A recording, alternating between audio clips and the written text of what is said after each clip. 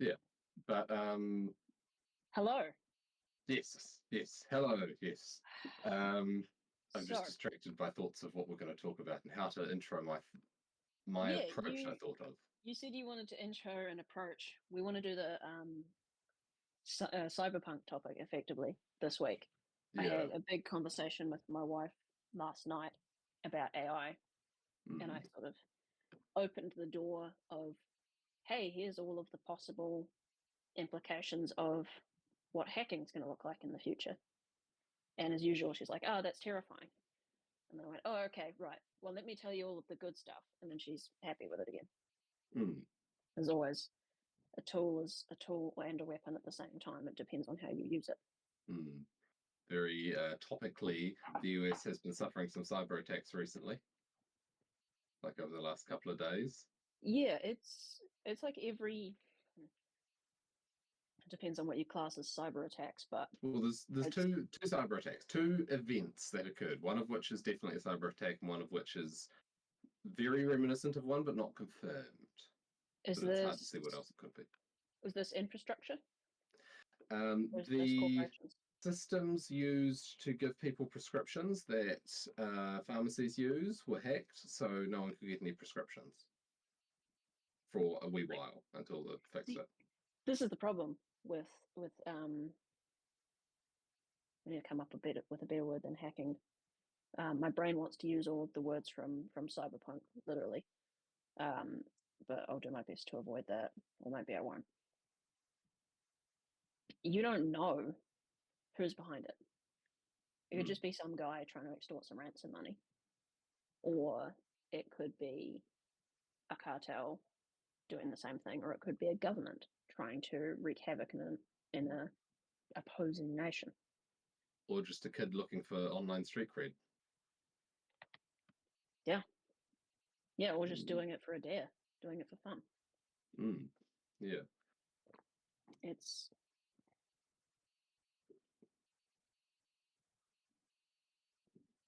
There are a lot of possibilities and a lot of danger. Okay, Mm. you said you wanted to intro something Yeah. about this. Because I have a I whole think bunch, but I'll let you do that. rather than focusing on the technical aspect, which we are arguably not qualified to get into in depth, or as much as anyone is qualified, but then we get into arguments of this is the fact as I understand it, or this is the fact as I understand it, and we come to factual impasses pretty quickly. I Do you mean was today? in the context of discussing the path that technology will take in the future, if to discuss it now. I was thinking of the emotional roots of our conceptions of it may be more interesting because I think we have very different emotional roots of it, and we might find a clearer realm of agreement and disagreement like that, and it lines up what the perceived narratives are that technology follows. There's like 7 ways I can interpret that sentence. Can you be more specific?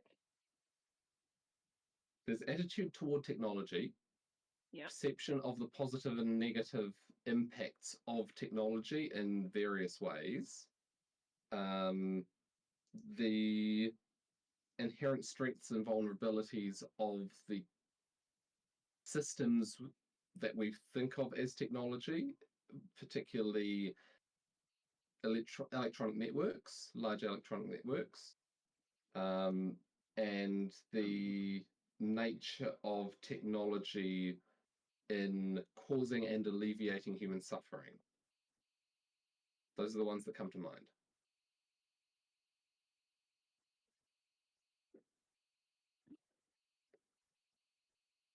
The problem with this is that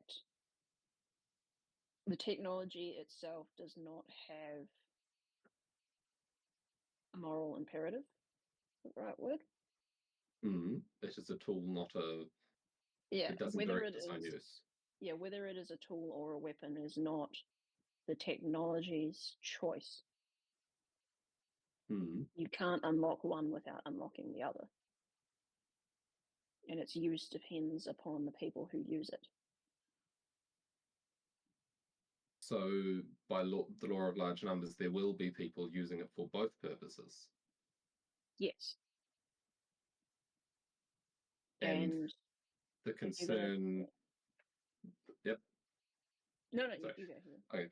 The concern that I have, as demonstrated to a small degree in the recent cyber attacks in the US, or brought to mind at least, is you have this big interconnected system of compatible parts, similar enough to be compatible.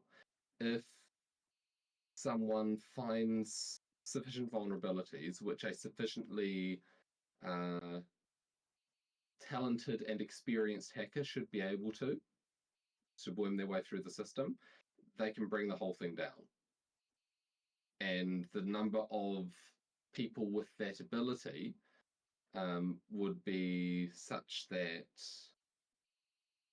it turns into a bit of a war of attrition from both sides. And now this is trying to flesh out concepts as I say it, so stumblingly. I worry that we have immensely complex biological systems in and of ourselves and in ecosystems around us, which have massively layered resiliency built into them. Like you get breakdowns like epilepsy, but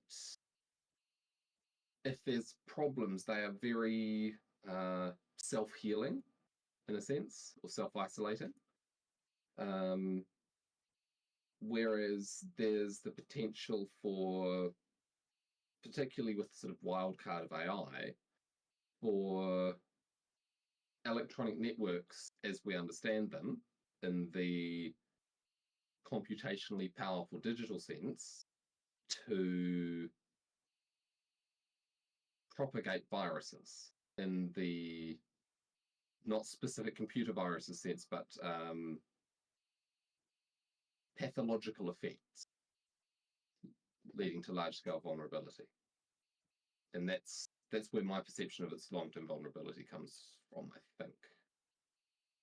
You're not wrong.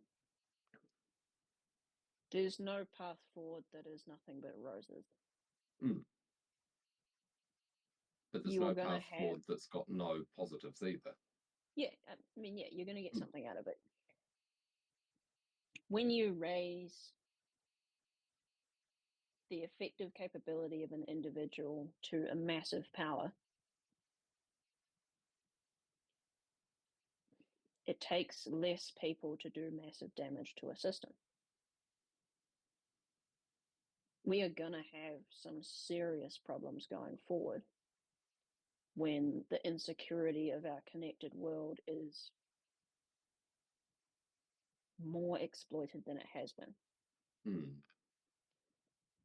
It's been incredibly exploited so far. We were talking about cyber attacks and stuff in the last few days, but there's a particular tech news podcast I followed for a long time. I haven't watched in a while, but they had a section on cybersecurity every single week. And they did this show in like 4 half-an-hour segments or 2 hours over the course of a week if you subscribe. There was always 10 to 15 stories every single week of data breaches, of leaks, of ransoms, of major corporations. Not minor ones, major corporations every week.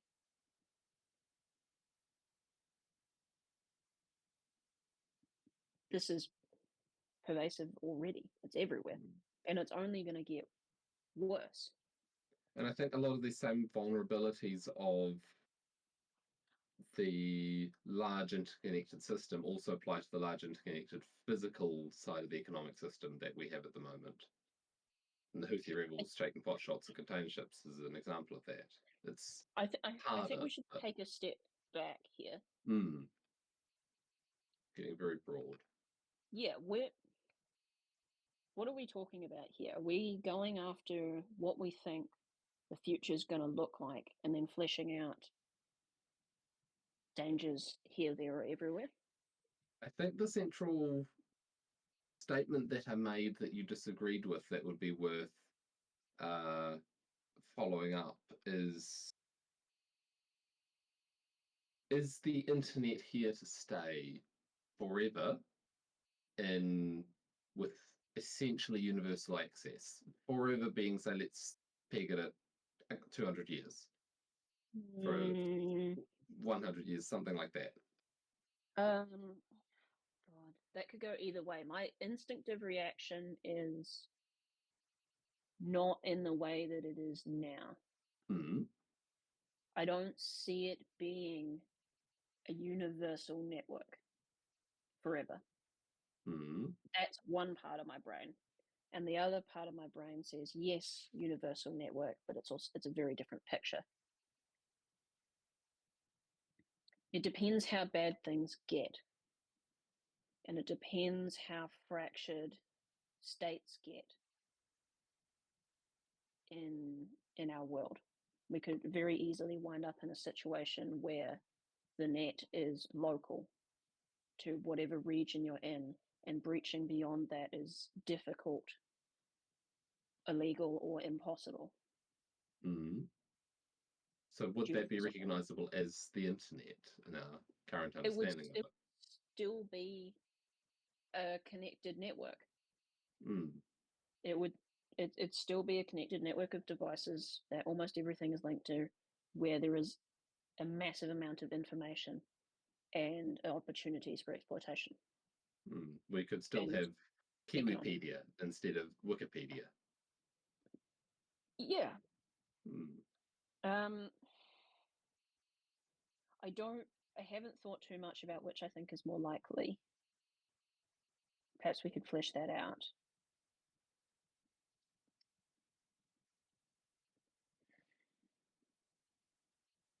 I think it's likely to be both. mm. Depending That on local conditions. the safer the environment you want, the more local you limit your own net access to. And as you go up the hierarchy chain of broader and broader subnets, you will incur more risk as you do so.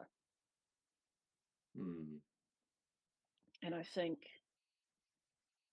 very strongly think that we're going to end up in a world that is peer-to-peer first and not client-server first. mm, I'm trying to think 50 years out in terms of technology when it comes to this topic, because,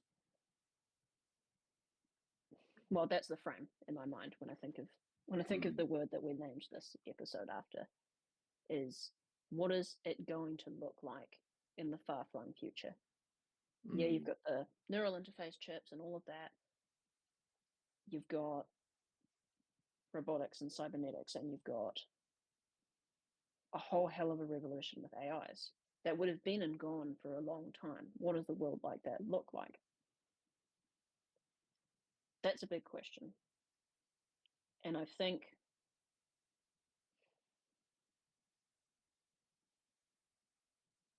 there's always the difficulty in this conversation, in mm, this show, is that at what level of understanding do we target for our audience?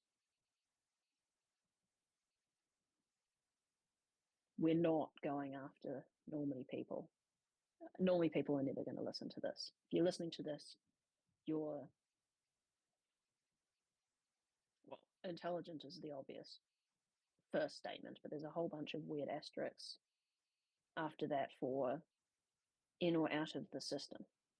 mm, And we can assume that you know plenty, but I still think it's worth running through.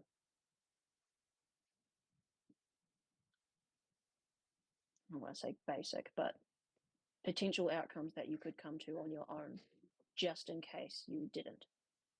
Because it still, even if you thought of it before yourself, might inspire something as a different take. So, what I'm trying to go at with that is, I was talking with my wife last night. I was explaining to her where AI is now and where it's going to go and what it is. And what I explained it to her as is a lever for intelligence and creativity.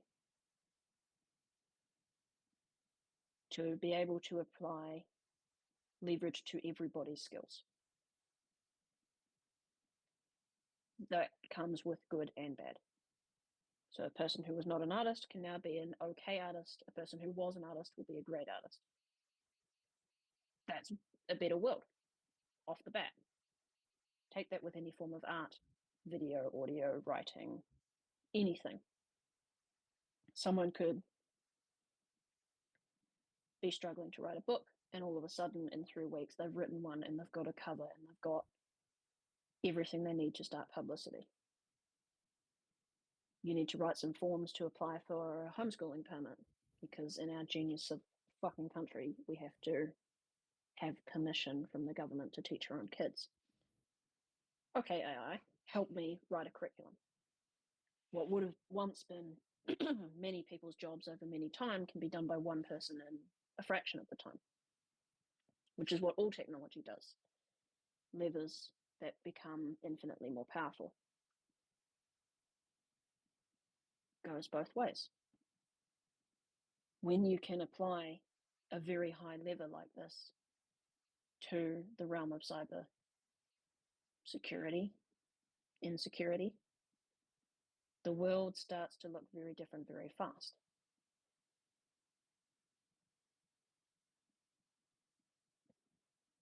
People believe that their devices and their information is secure, and that what they need to look out for is their own errors clicking on a scam link that takes them. But their things aren't secure. That is one thing that we know, is nothing is secure. It only matters how much you're willing, how much you care about getting into it. And then all of a sudden you've got this raised to the power of 10 lever that comes in with AI. And we have a global network where I can hit anyone anywhere on the planet, from, Bangladesh to California.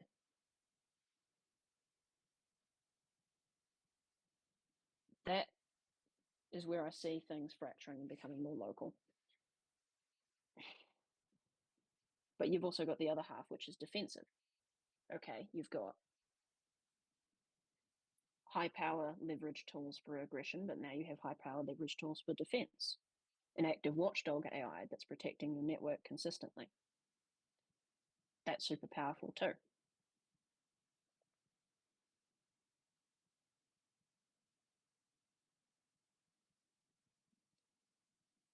There are a lot of dangers here, and it's going to change the way we think of the internet as.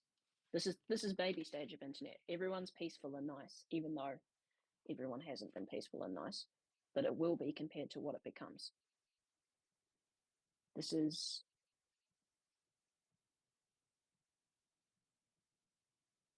the ability to have military grade, borderline bioweapons, their equivalent in the digital space, accessible and usable by everyday citizens who all they needed to do was download it. I mean, we're already at the state where you can just get a wee box in the back of your car that Wi-Fi hijacks and drive down the street and take over every single person's TV. And once you've got their TV, you can get into their router. And once you're into their router, you've got bank transfers, you've got IRD numbers, you've got everything. And that stuff you can just buy.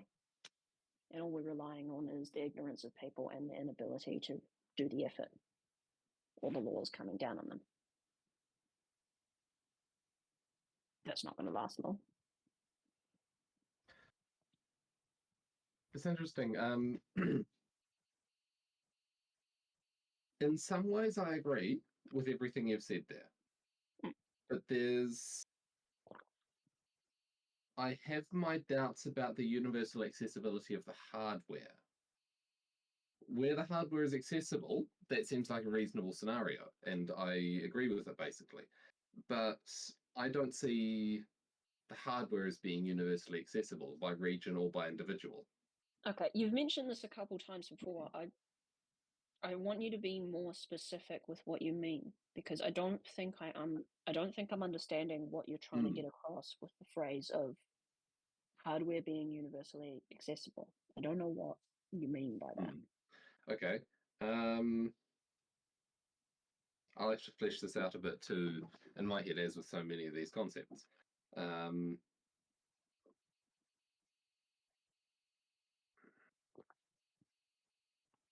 just like we've got the global digital network, we have global physical networks of vehicles moving things around, trucks, trains, ships, whatever, moving things around the world in an incredibly complex dance to manufacture anything.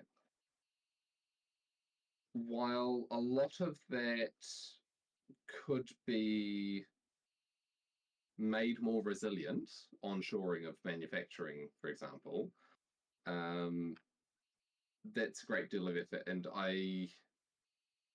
it's not the kind of thing that would all go smoothly. These days, the manufacture of the high end chips, what's it like 9,000 individual um, supply chain elements that need to come together in one factory to make that chip. And if one of those is missing, the chip's not getting made. That's the high end chips. The low end chips are less, but still, it's a global supply web. And if you break one strand, then the whole lot stops. And we had an example of this during COVID where the cars were sitting in giant parking lots because they were missing a chip. Yeah, that And was a $5 chip. mm, and given the breakdown in global politeness, I guess you could say, international politeness that we're seeing, um, as that propagates out and shipping becomes less certain, like you've got the Houthi rebels taking pot shots at container ships. They seem to have taken out the engine of one recently because the crew had to abandon ship. Oh, I see where And you're going with this. the British and the American navies are defending it, and a few others, but the Spanish and another one didn't join in. So they're just escorting their ships, and gradual piecemeal escalation of that kind of local tension, making the bringing together of all those components first difficult and then periodically impossible. So then you can still get chips, but they become harder to get and then unavailable for periods of time. So there'll be areas where the more economically prosperous areas where the hardware to have computers and have the network at all keeps going, but I'm expecting areas to drop off the edge of the digital map so that you'll get, if you're looking at the world from within that digital web and expect it to be representative, you'll be missing some of the world. Like we, as English speaking It's already the Westerners, case, yeah. yeah, we don't see Africa. Africa doesn't exist on the internet beyond essentially tourism. And basically, the non English speaking world doesn't exist to us. AI translation could open that up to greater degrees, but the same sort of thing. Like if you have a very sort of have and have not type thing, both in a well, there's a separate cultural evolution that would take place where the networked culture would evolve loosely together, while the non-networked culture would almost reject that as part of an assertion of identity. Like you have your part of the network, you have a phone that you can afford and so on. I've got this one that's really old, and as part of the oh those damn rich buggers, da, da, da, da, I reject that. There's yeah, that's a less fleshed out aspect of the idea, but the idea of there being restriction on the availability of key components, I think limiting the spread of the network physically. I can see where you're going with that. I think what I see is that in your view of the future, as the single global network fractures, you don't see it as recoverable in more local areas.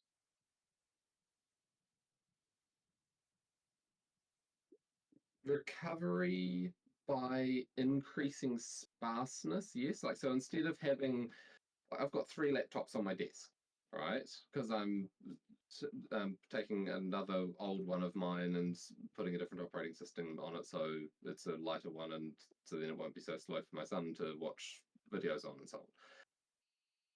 But having 3 laptops on one person's desk, I would expect to be rarer. And you can still have everyone have computer access if everyone has one computer or one device, right? 4 networked devices on one desk, I think, would become rare, and you'd end up with, say, 1 computer per household, and the like dumb phones instead of smartphones. And you can reduce the number of cell phone towers, maybe trim down the network density, and so on. But Yeah. See, you, here's the fundamental difference in our vision, is that mm, you see deglobalization to equal in a downward trajectory in terms of wealth and resource access. now there's a point to explore there. And what I meant by not recoverable is that, yes, obviously there would be a dip at the start, but you don't see it coming back. There's a value thing here. Let me try and get it out, form it in order to bring it out. So this is part of what I was wanting to explore, that I was trying to get at the start. Like, underpinning these perspectives on the future, there's value systems, and that's the bit that's most interesting to bring out in my head at the moment. But okay, I don't see the numbers of devices rising back up. I don't see the total available bandwidth of the network rising back up. I see a ragged decline of that out to the fogs of time. Like, there may be networks in 500 years that are not what we can imagine, right? But I don't expect it to be. Do you believe that there'll be a collapse very soon and that it'll be a systemic one that won't be recovered within a single lifetime? Yes, and the complexity of technology, the transistors per square meter on average, you could say, per square meter of country, or transistors per square kilometer. I expect that sort of thing to drop and not be recovered. You can do more with less and so on, but I don't think the numbers of transistors per square kilometer will rise back up. But this is the felt disconnect. I don't see that as necessarily making life worse. So there are certainly things that it makes better that would go away, but at the same time, there is a cost to all this complexity. There is, in the richer we, not having it. yes, and this is where it gets complicated. There are, it depends where we look. Like, here, we see more of the advantages. Okay. I There are think it's psychological costs. kind of pointless to make value judgments about which future would be preferable in terms of pros and cons, because In we the don't get sense to of, choose. Whatever's going to happen is going to happen to us. It's not a ship that we can steer in that direction. though I think that being discussing the pros of various futures that initially appear to only have cons is positive, because then you can make the best of those of whatever happens that has elements of that. It could be argued that that's a coping mechanism for the underlying assumption that society will collapse. You see such a dark vision and you've accepted it as truth, so that you create whatever coping mechanism that you can to not be horrified by that outcome because you have children.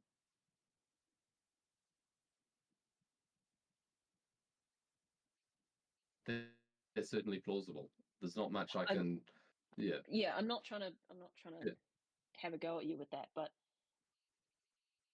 my perspective on you is that you're a pessimist in denial. It has been for a while. That you have really dark visions for the future, and you always talk about them in positive tones.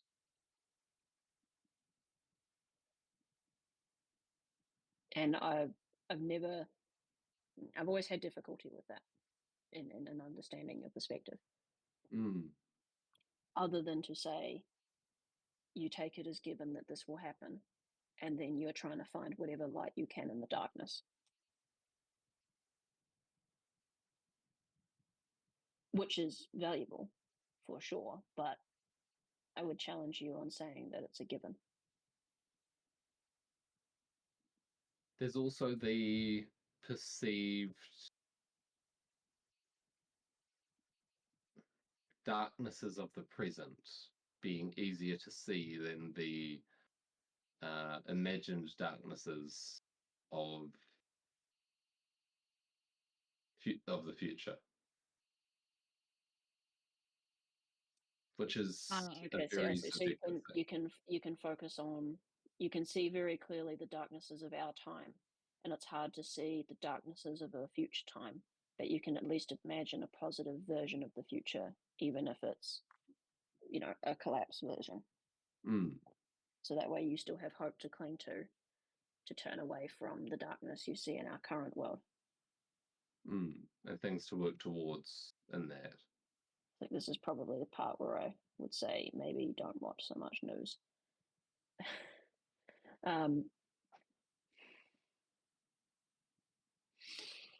This is interesting. I think this comes down to a fundamental disagreement, which is the optimism versus pessimism thing.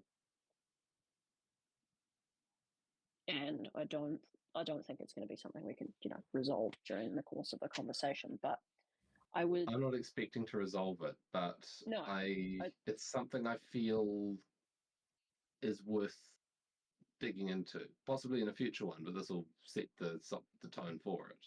My view is this: all technology is an amplification of human morality and choice. And that goes for AI, for computation, and all the way down to the technology of economy, of money, because that is a technology too. Social interaction, trust.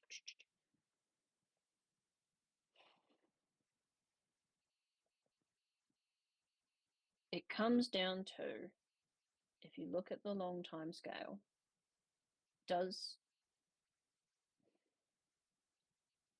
is the morality of the human beings that are on this planet trending up or down?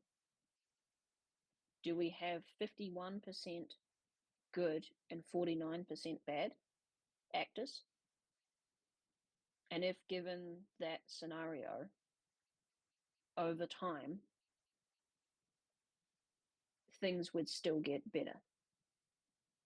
Now, obviously, there's a whole lot of gray areas. You can have, it's a sliding scale. It's not just good or just bad. You can have incredibly good and incredibly bad. But to simplify it, or is it the other way? Is it 51% bad and 49% good, in which case it would trend downwards over time. Things would get worse.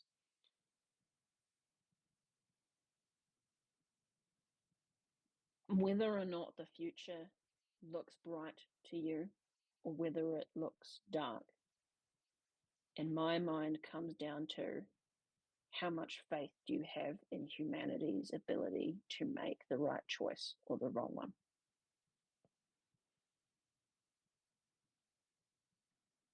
And what are you basing that on? What version of history have you told yourself or believed? And that's not derogatory on some people believing a made up version and everyone else, or my team believing the right one. Every single person's version of reality and version of history is a story that they tell themselves on purpose, and it's not true because we cannot encapsulate all of the information that there is, which means we need to pick which points to believe and which not to, which means our perception of our reality is a story that we tell ourselves to make ourselves feel more comfortable, whether that's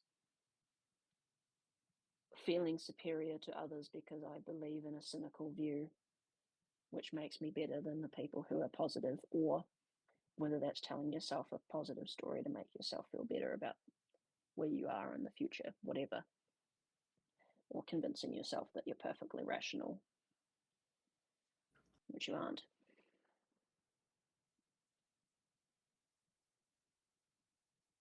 These are fundamental perceptions that define who we are as human beings, and they rest on our belief in what is true. And if you go after it enough, you come to the point where you realize that we, as human beings, don't know anything. We can't know anything for certain. And at which point,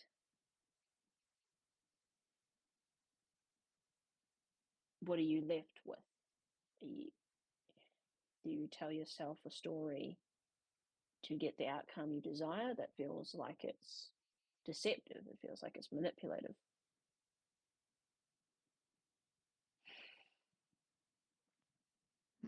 That question about the balance of upward versus downward aiming people, good versus bad, and so on.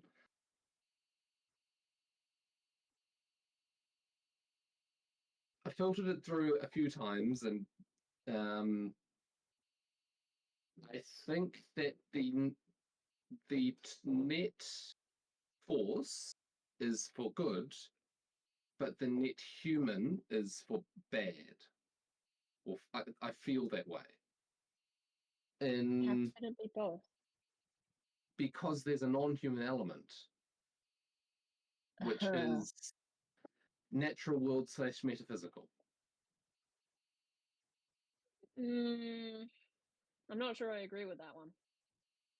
That feels like a bit of a escape hatch of I think humans are bad, but escape hatch out, there's magical creatures that make humans act good sometimes. I don't think that's the. I can see that interpretation in it. It's how it comes across to me, at least.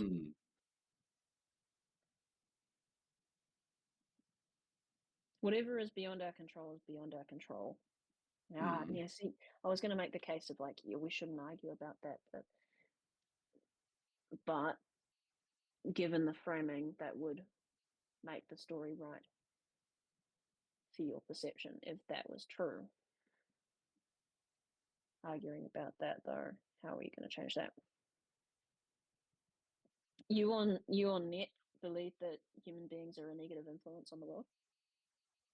In the sense that if you have a school with teachers, or a preschool is possibly a better example, at least that's what's coming up in my head. You can have a lot of good teachers, and then a bunch of disruptive kids come in, and it gets all disruptive for a while until they manage to get a handle on things. And then by the time the kids graduate up to the next stage of school, the balance has been restored in a dynamic sense, in a like riding a bike sense. It's not a case of locking it down into order, it's a case of responding dynamically to the disruptions. And that there are many, many people who are trying to be better and trying to be good. And there are people who haven't figured out that that's a good idea yet and are suffering for their ignorance of that, in a sense.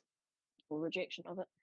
Yeah, yeah. And I think belief in reincarnation as a sort of explanatory theory is an inherent part of this in my psyche, or in my conception of it, in the sense of people developing over time, and then the reason why humanity doesn't appear to progress morally as a whole much is Uh, the flow through. I think I'd pretty strongly disagree with that. Mm. We have progressed morally a lot. I'd say that There's a I would balance say there. no, There's both I angles. would very strongly Mm. come down on the side of saying that the story of humanity itself is moral progression. That there wouldn't be a more fundamental story to what human beings are than a creature who realized that they were a being and asked the question, how should I be? And then tried to answer it better forever. The visual or physical analogy I have for it is, you know how you can sometimes form standing waves in a stream as the current flows over a hump of sand? It's cyclical. Not cyclical, but you've got the hump of sand underneath that represents, in the position of that represents the current state of the human race, for want of a better term, because that defines the position of the wave above. Then the water flowing past to the individuals within the human race as they develop over time and then sort of graduate to the next stage. And there's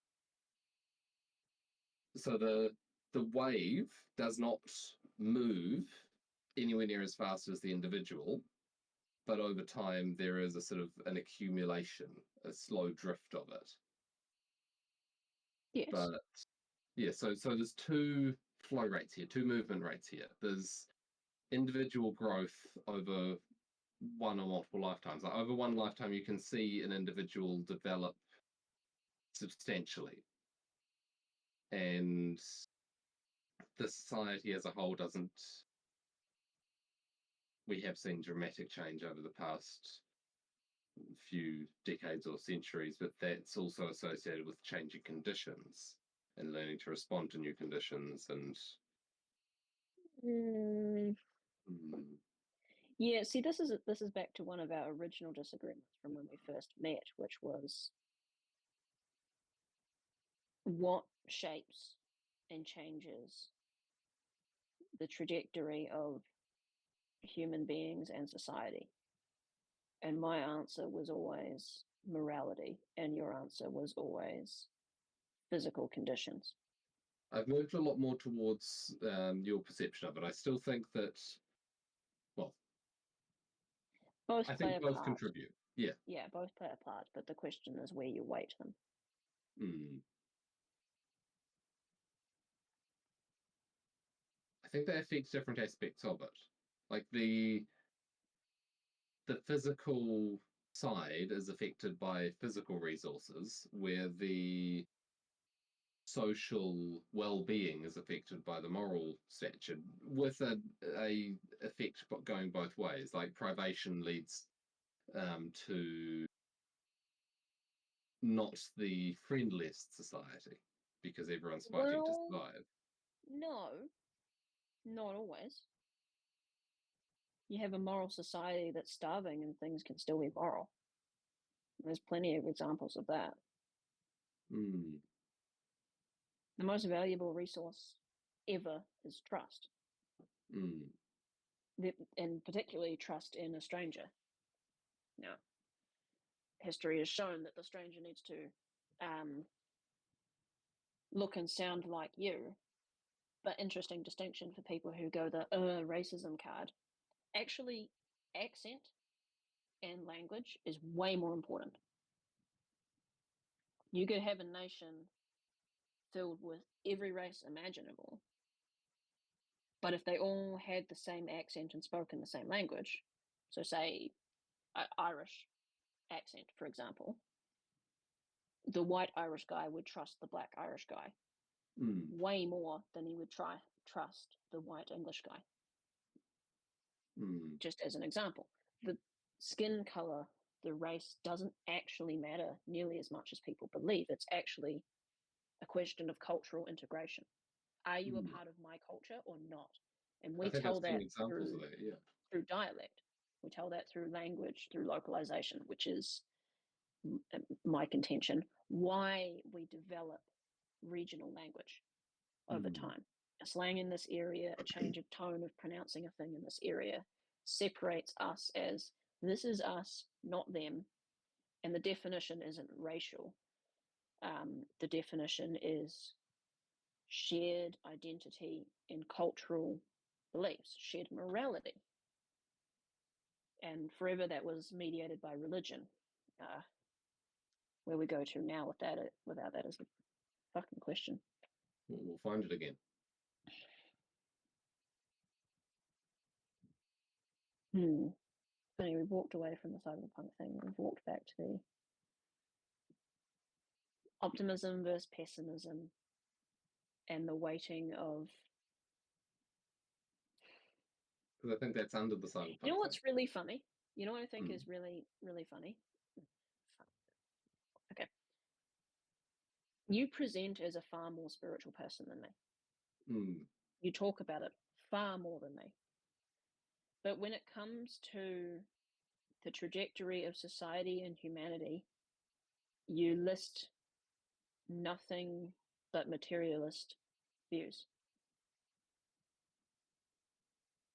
You don't talk about the morality of the society. You don't talk about the ethics. You talk about what resources they have access to, the environment that they're in. And always it is a tendency to a collapse in trust in each other, and then a collapse in resources, or the resources first, and then when the environment changes for the worse, human beings change for the worse with it. I assess them independently. I haven't worked out how to integrate them. Yeah, and oh god, yeah, that's... I think that's... Like there's engineer, there's I think thermodynamics, that's really... You just made the point better than I ever could. If your spirituality or your spiritual beliefs don't have any bearing on reality or how you view reality, do you even believe them? I think I have them integrated on an individual level, but not on a societal level. If that's how you pronounce that. Yeah, you don't have a connection between that and the trajectory of history. Because like a personal relationship to the divine, however that very vague, deliberately vague term is defined individually, has massive implications for an individual's life. But how does that influence a society at large as anything more than the sum of individual relationships? And there's a space there for a more than the sum of its parts thing, like a people having a relationship with a deity. I also think it's very interesting that your first thought of spirituality is individual as well. That it's a relationship I have with things outside this world, and it's nothing to do with anyone else or the society around me. I don't see that.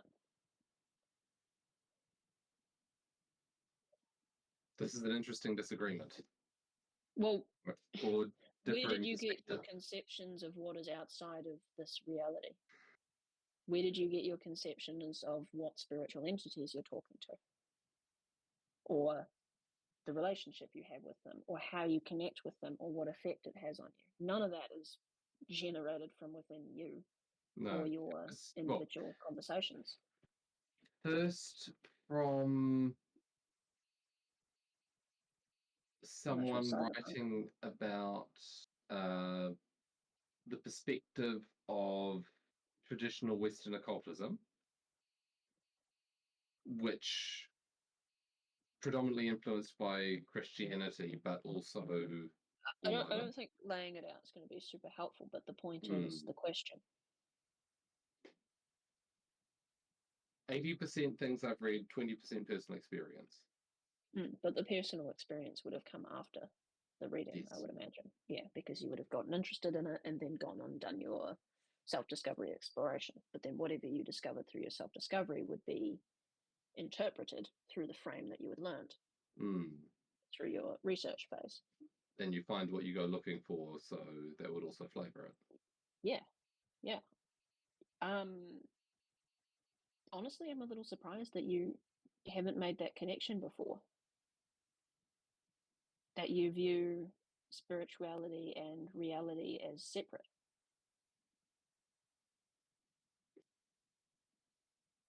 That I have two rule sets, and I don't know how to integrate them. Like there's well, you are a polytheist. Sorry, I couldn't help that one. there's the physics interpretation, a physics rule set,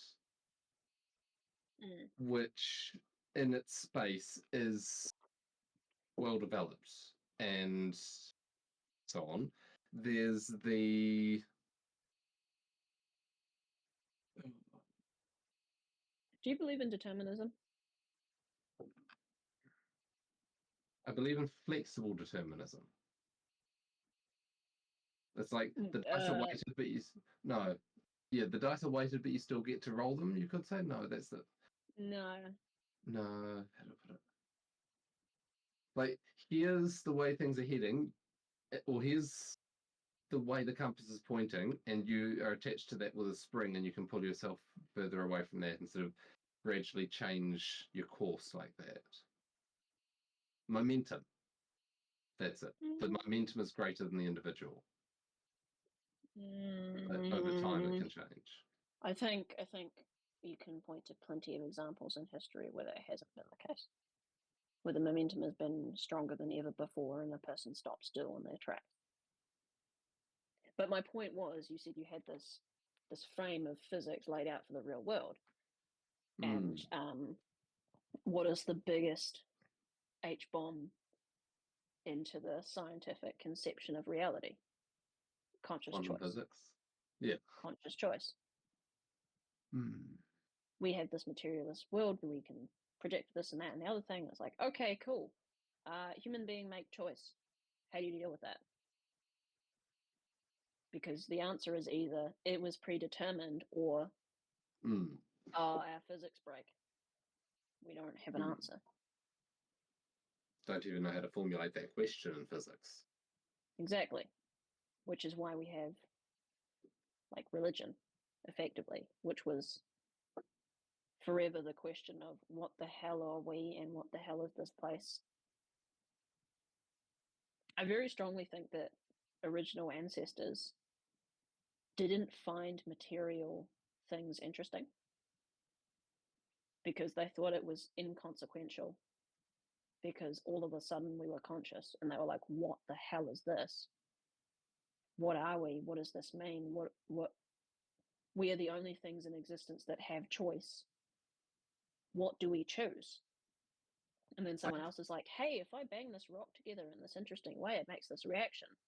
I don't care. like that conception of the advent of consciousness, because like if you are working within the physical framework, the physics framework, with sort of consciousness tacked on the side as a uniquely new thing, then that makes sense.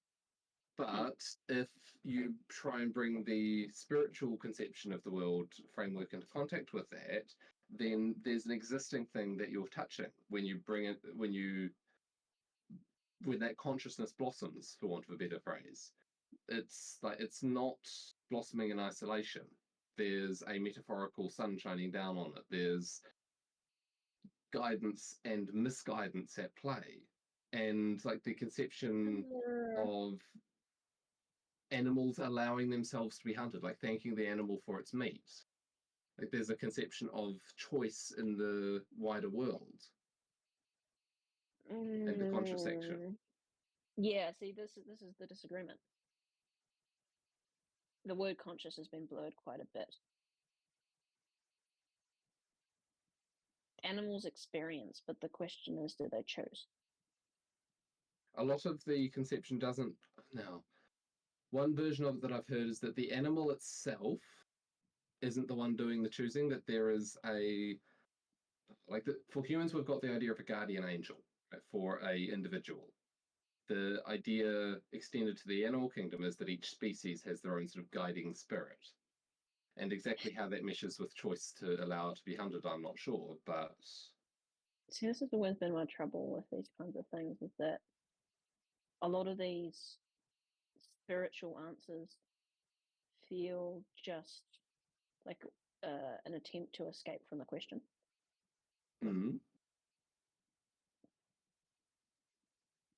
So this might show my disconnect. I was raised to believe that there is pervading consciousness in everything in the universe. And oneness a universal thing. But it is also clear that we are different from that. We are a part of it, but we are also not.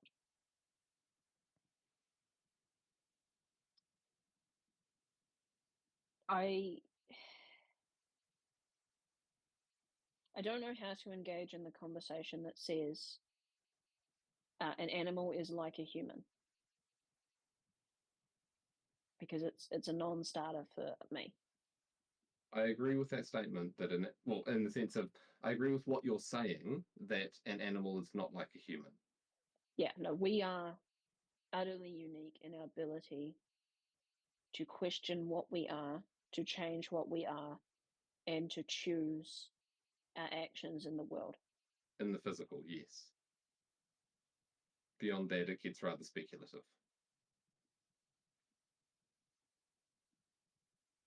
What happens beyond that is irrelevant.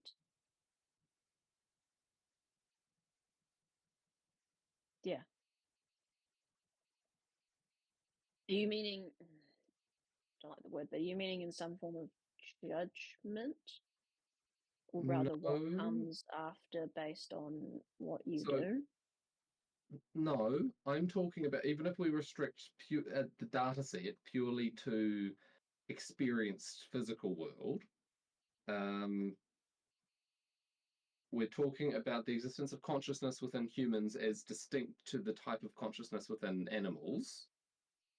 That's definitely true. And the bit that I'm clumsily trying to describe is there being additional cause and effect paths beyond the purely physical, mediated by things beyond the physical. And that Are you meaning varies enormously depending on interpretation. But it's very hard to understand what you're trying to say. Prayers get answered, right? And I'm not talking about praying to win lotto. I'm talking about studies finding that people who go in for medical treatment in the hospital and are prayed for have better outcomes and faster recoveries, whether or not they're aware that they are prayed for. Like there is a cause and effect relationship there from prayers happening to the results being prayed for occurring. My brain gives a physics response to that. Of spirituality is nothing more than another dimension of energy. one that our current level of scientific understanding cannot access. And Hence, that's certainly praying, plausible. physical healing, energy healing, that kind of thing. Okay, so if... I don't see how that affects the question of choice and the distinction between us and animals. So the existence of another layer of fundamental forces, you could say, beyond the physically detectable ones. So that, say, a layer that interacts with consciousness, with minds, in a similar way to how you have the nuclear force and the electromagnetic force sort of going straight past each other without interacting. That there's another layer on the sort of energy healing layer where a different set of interactions take place. And then we sort of bridge, we are on that boundary where we are conscious and physical and can sort of push some water over the wall. That's a bad phrase, but we can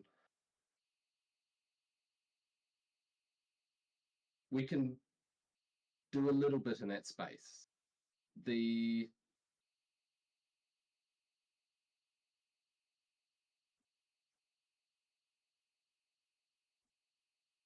What's to stop the consciousness existing without the physical?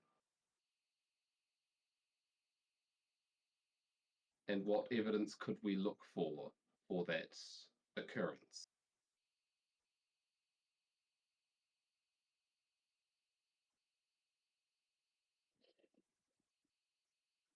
What relevance does that have for the conscious distinction between humans and animals?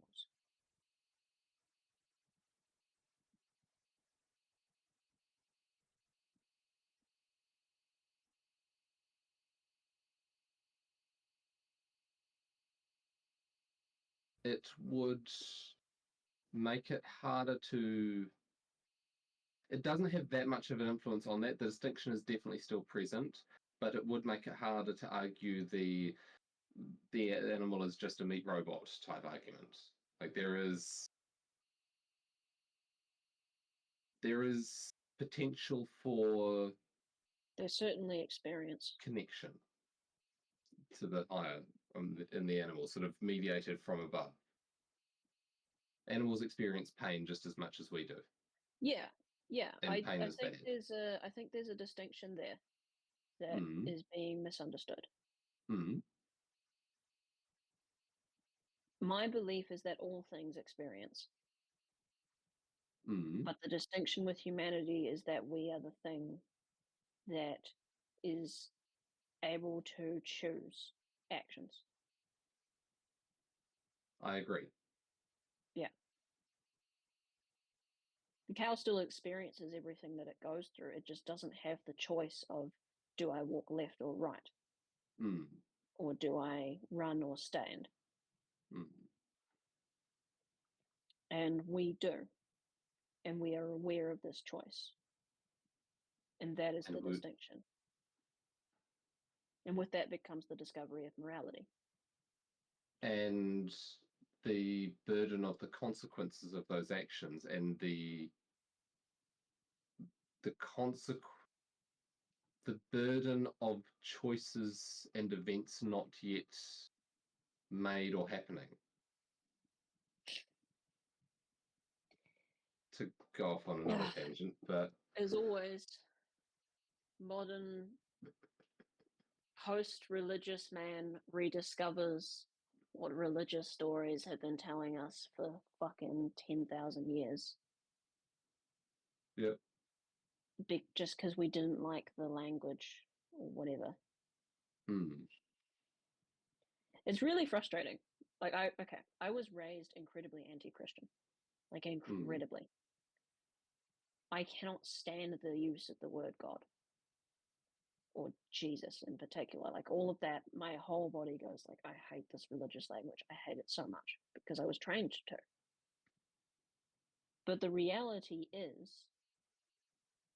that these were stories written by the deepest thinkers humanity ever produced to explain to all of humanity what we are and what the hell is going on and how to act in a way that makes things better. And we sit around and go, oh, nah, they just didn't like death and they were trying to convince themselves it wasn't real. Or they just wanted to take all of the money from the poor people, or whatever brain dead interpretation that we have. And you try and tell people, hey, these stories mean something.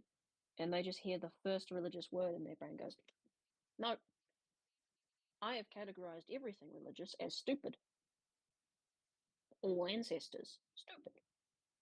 Me, modern person, I'm smart and I know better. And then they sit around and go like, oh, ghosts, and I feel spiritual energy. And they think that they're some kind of new age, new human. It's like, you just give it another 300 years of your stupid exploration and you're going to come to some philosopher who didn't know anything about Christianity because we left it behind, who suddenly realizes, hey, at some point in history, we discovered consciousness and we discovered morality. And it was like as if a person in a single moment realized the ability to act in good and evil. As much as I love these conversations, and I really do,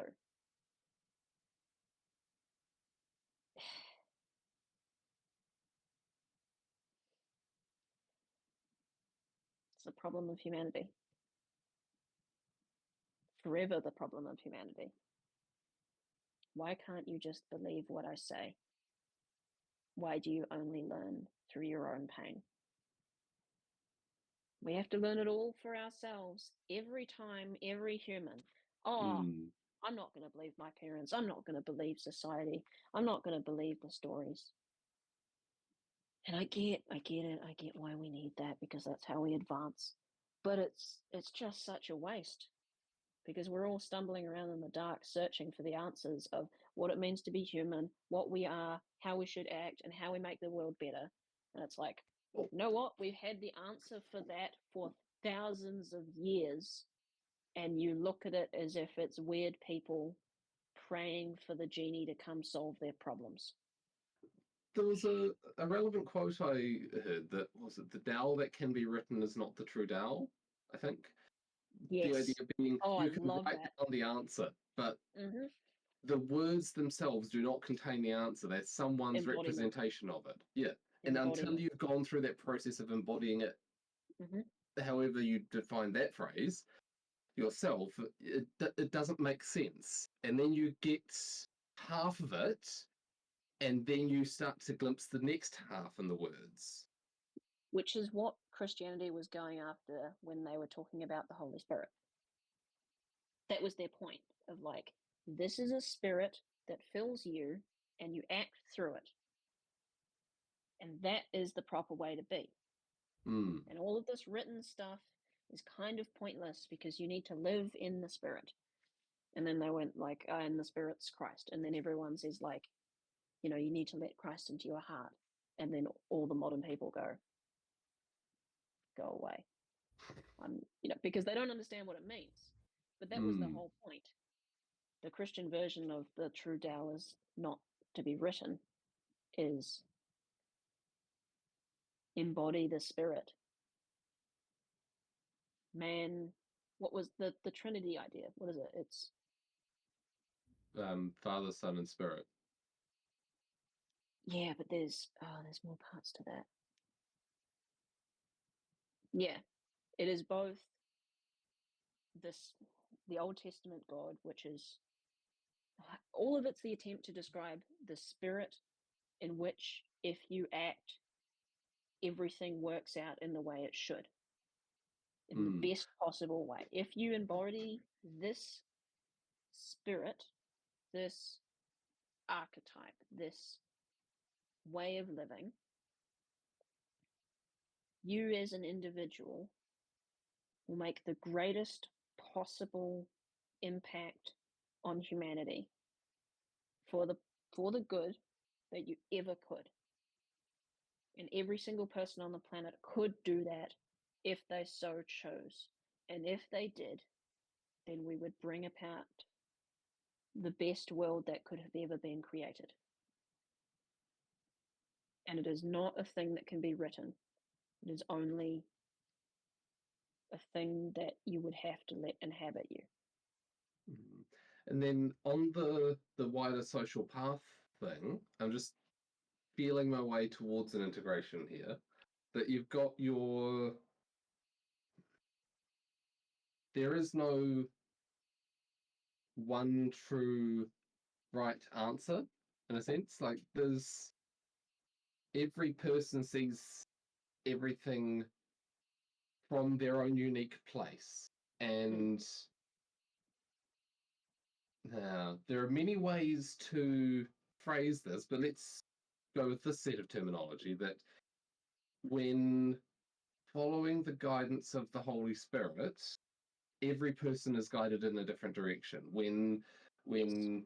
There are many ways of phrasing that concept in 100 different traditions, but or thousands. Make it a modern perspective. Mm. We're talking about the cyberpunk thing. We're talking about modern technology. People listening get that. AI input and output. You have an AI, human. You have all of the inputs that you don't really understand. That's a massive data set. And then you have the output, assuming you follow the spirit. Just put that as brackets. Mm. The spirit Will would be be the better. training thing that says, not this, yes, that. That would be the spirit. Whatever. The out would be different depending on the makeup of the particular AI. So training rules, that would be psychology, personality, big five kind of thing. And then the input, life experience. All people following the spirit, which is the part that says, yes, this, no, that, would produce different results. And then you've got a massive world full of people who are still going to be arguing and fighting all the time. It's not like you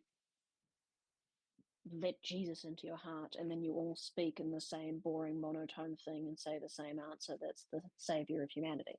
No. You've got to remember that even in the story of Jesus himself, he pissed off everyone all the time and disagreed with everyone all the time, even his own followers who were trying to live in the same spirit as him. Even the people who literally had him right there telling them what to do screwed up all the time. Yeah. And then look at where we are now. The greatest vision that the greatest philosopher ever painted for humanity, and what has it become? Give me your collection money and come and pray to the figure on the thing, and all your things are solved so that you don't have to do anything in your own damn life.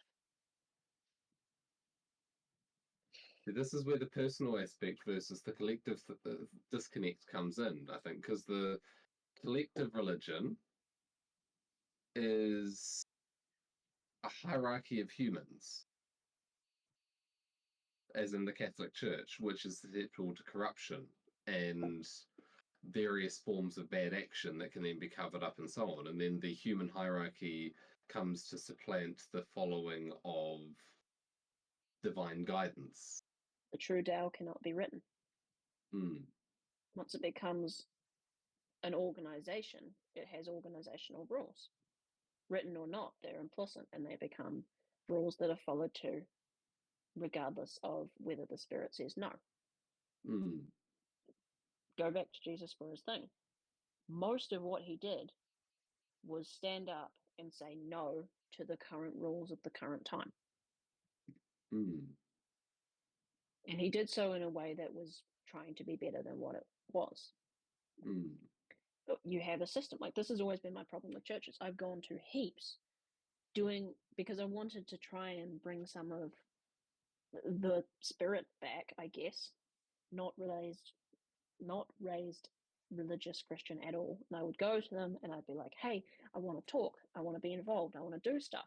And the answer was always, no, you don't meet the requirements for our system, which means you're not allowed to speak, which means you're not allowed to have influence. It's like, oh, great. Person comes along who is trying to inhabit the spirit. You look at them and go, oh, you're a threat to the organization. No, we can't have you. What was that? Was it a poem or a play? Where Jesus comes back during the Inquisition and he gets killed or put in the cell. Oh, yeah, But then, and at the end, the head Inquisitioner is arguing with him. And I think Jesus kisses him or something. And then the head Inquisitioner leaves, but leaves the door open. Like the institution is corrupt, but the door was left open. Yeah, I think it was a play or something. Something so like Faust. He could get out, but the thing was still corrupt. But they knew he knew it was Jesus. He knew, he acknowledged, we know you're Jesus, anyway. But we can't have you coming in to screw up our hierarchy. Exactly, yeah. And I think the ending to that play is what is the perfect answer for what is the remainder of Christianity. The Inquisition guy left the cell and he left the door open, and it was his cell. They built a structure, hard concrete prison, but they left the door open for him to leave.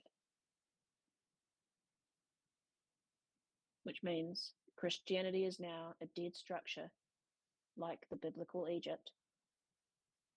But the structure was aware enough to leave the door open so the spirit that is Jesus or the Holy Spirit can leave Christianity and go on to whatever it should do next. I heard that a different way the first time you said it, like his cell, like the Inquisitioner's cell. It's like it's his own imprisonment. Yes, it is. It is. Yeah. He's a prisoner of that system, which is why he cannot get along with the spirit. So it still circles back to, on the collective sense, if everyone's just trying to do better, then things will go better. And the more people are trying to do better, the better things will go. Yes. And the question is, are more humans trying to do better, or are more humans trying to do worse? Do you believe that most humans are good, or do you believe that most humans aren't?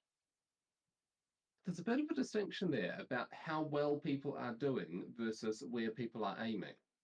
And I get different answers for those in my head. But I think that I feel that most people are the average of how people are acting is 49%, as in 0 being evil, 100% being perfect good. Most people are acting 49% and aiming 51%. Well, that's where the averages sit.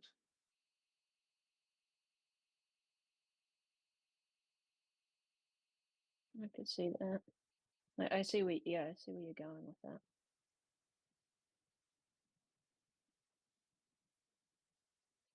There's a perception of what's that? The common trope of the apocalypse myth of disaster will occur, the evil will get their comeuppances, and the good shall be proven righteous. It's like, I recognize that trope. If that was true, that it is 51% downhill, 41%, 49% up, how is it that things keep trending upwards? Okay, disconnect. Yeah. Because we have trended upwards consistently, like most of history. Yes, peaks and troughs, but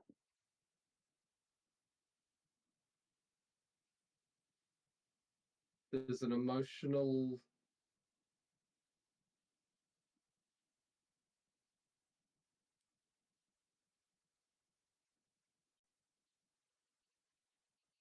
if you account for it by welfare of humans, then yes. But a Yeah, here it more comes. yeah Yeah, the naturalistic, what's the yeah. There's the phrase? environmentalism.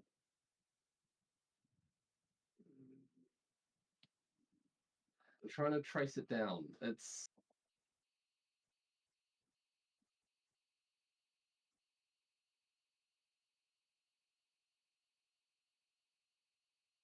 if there is more consciousness than just humans, if there is more value than ability to think, then there has been loss alongside the game. Like there has been loss in the world alongside the gain to human welfare. Ah, right.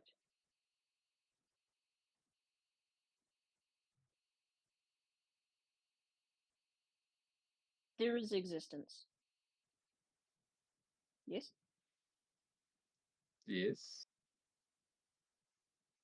there is a point. as in a goal to existence, I think point would be different than goal. Goal or implies end state. a direction. Okay, I'll jump straight to the question. Given the existence that we live in and the fact of our consciousness as distinct from the other forms of consciousness, is not our game the most important game there is?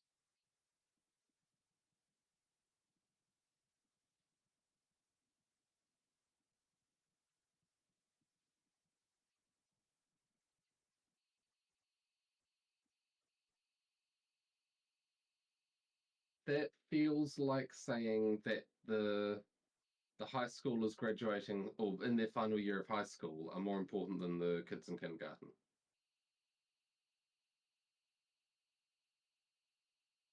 Their facilities are certainly larger. They're given more freedom and Given resources, but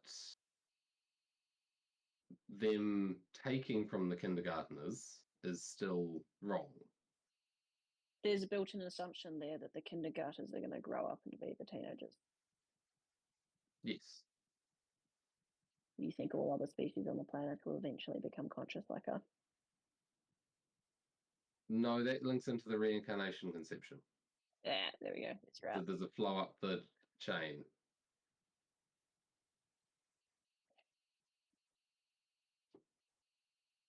I'm not saying it's right, but it's how I've found it useful to conceive the world.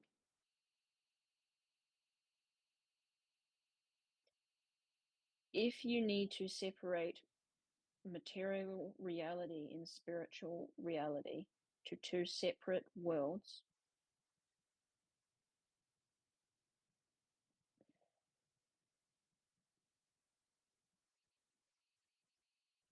it almost feels like you can comment on neither.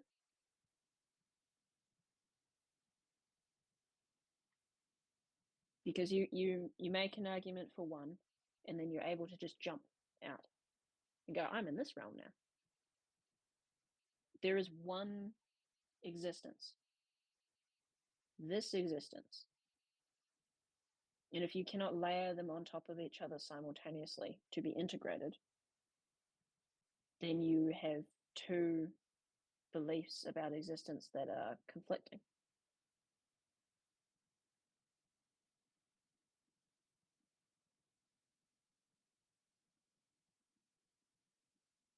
These are not Part of separate worlds, they're layers to one. part of that conflict gets reinforced by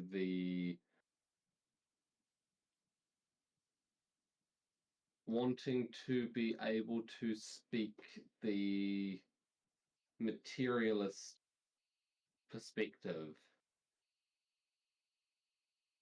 So materialists don't think I'm nuts. A fear of how I'm perceived.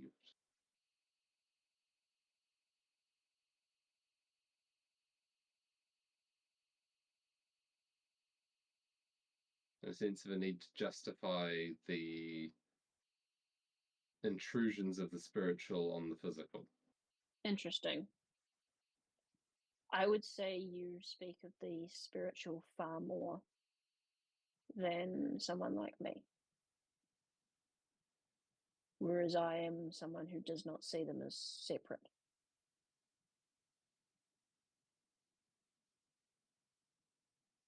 Yet I don't talk about the spiritual as much.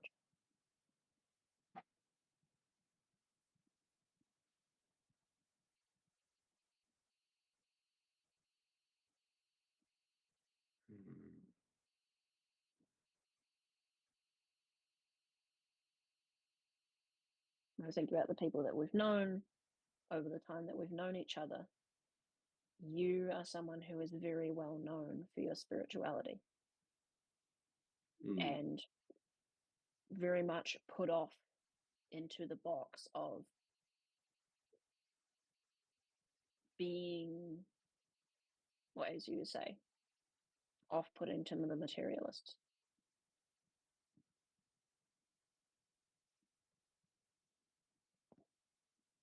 And I think that is because it doesn't have a connection. It does. Language around this is so hard. I feel like I'm being, it sounds as though I'm describing it in a way that it isn't. Although I think you understand what I'm trying to say. Not meant to be an attack. Yeah, I'm not seeing anything as an attack, but it's... But I can hear myself talk, and I could see Yeah. that a person could take it that way. And it sounds like that way, but I think you understand what I'm getting at. Language is hard. Yeah, a lot of... I think where I was going... I'm thinking in a whole, in the sense of the discussion is going into an empty space, and I'm not getting... There's bits I'm missing. There's bits that I'm not seeing here. It's like the words come in and then end up behind something. And I'm like... Yeah, it's subconscious. There should... Yeah.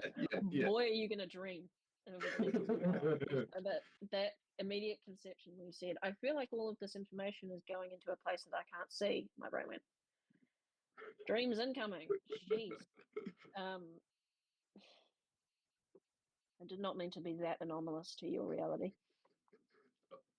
My contention with most of that was to say, this is the existence that we live in, and given all that we experience of this existence and what we see and have learnt of this existence, the most important thing in reality is the fact that consciousness exists in human beings and what we choose to do with it.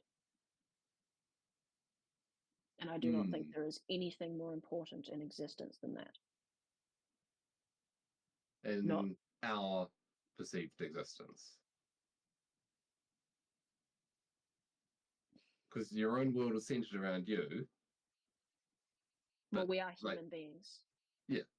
We don't know what God thinks. We don't know where the edge of infinity is. Yeah, and that's irrelevant. Yeah. I just feel I need to consciously exclude that. Well, there's no reason to think that even in that place, what we are is still...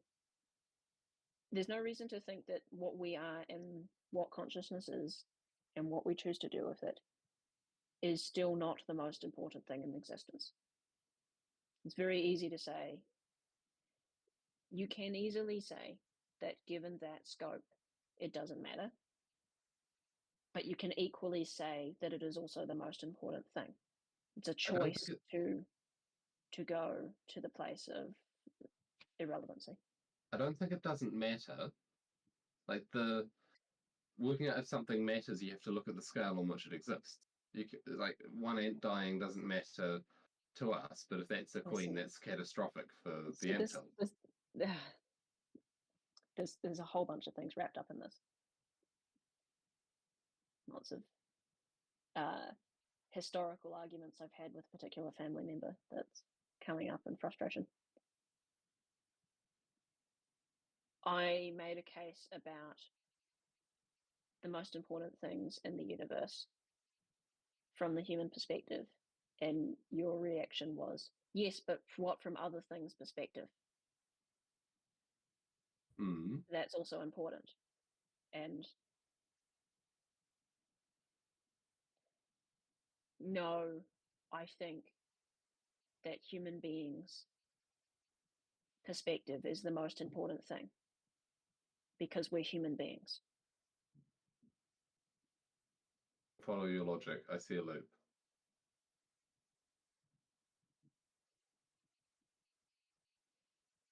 You made a claim or an asterisk that in our world, the most important thing to us is the fact that we exist, but that's only to us. And then outside of that, maybe the most important thing in the universe isn't what human beings' perspective on X, Y, or Z is. Or it feels like an out to say, yes, that's very convenient to you, but that's your perspective on reality. And what about this other perspective on reality? And my answer is that's irrelevant because that's not us. This feels like one of those ones where we're trying to say the same thing, coming at it from different perspectives. So I think my contention there is it feels like the interspecies or interspiritual entities version of it's all well and good for you to say that given your culture, but what about what X culture person thinks about the world? You know, the sort of, you know, well, you believe that reality and truth is the most important thing, but maybe this other culture doesn't believe that. And how can you privilege your perspective on the world over other perspectives? And my answer is yes, I do privilege human beings' perspective on existence over all other. There isn't other perspectives, okay, as far as we're aware. So I agree that human supremacist. I think that for us,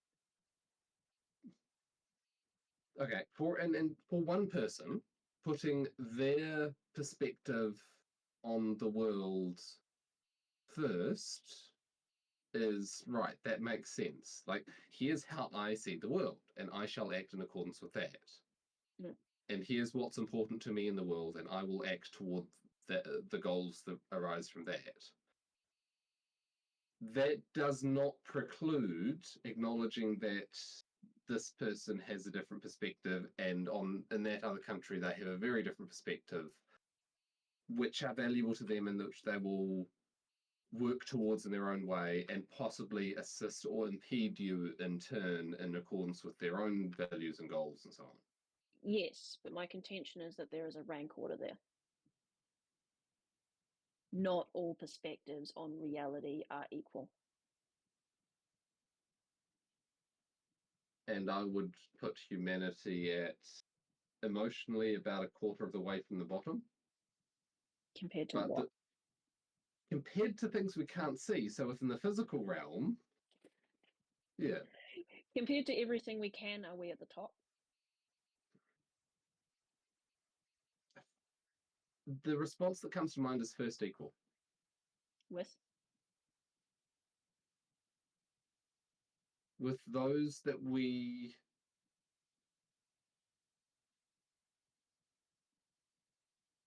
I'm getting a bunch of sort of not satisfactory answers, like those we share the world with, combined with the sort of the Is this by Guardian any angel chance? layer. Is this by any chance a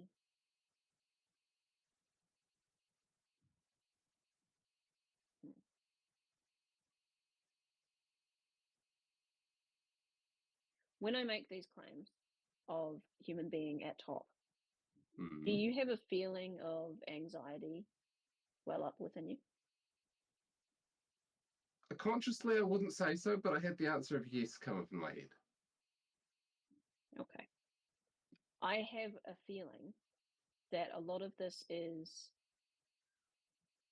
I don't mean to demean your beliefs in such a way, but I have a feeling that a lot of this is rationalization to help cope with the anxiety that as a left-wing person, and I mean temperamentally, I don't mean, derogatory politically, you have with the idea of some things or people being better than others. A need for egalitarianism in a view of existence springing up of, and then a defense of that idea through rational means. Things cannot be unequal. We cannot say we're better than other things, because what if we were the other things? We would feel pain in being less than them, because I identify myself with being less than others. Like, okay. That's emotionally consistent, yes. Yeah. And if everything was entirely equal in the way that that part of you wishes it to be, then you wouldn't feel pain or anxiety at the idea of being less, because you know you wouldn't be.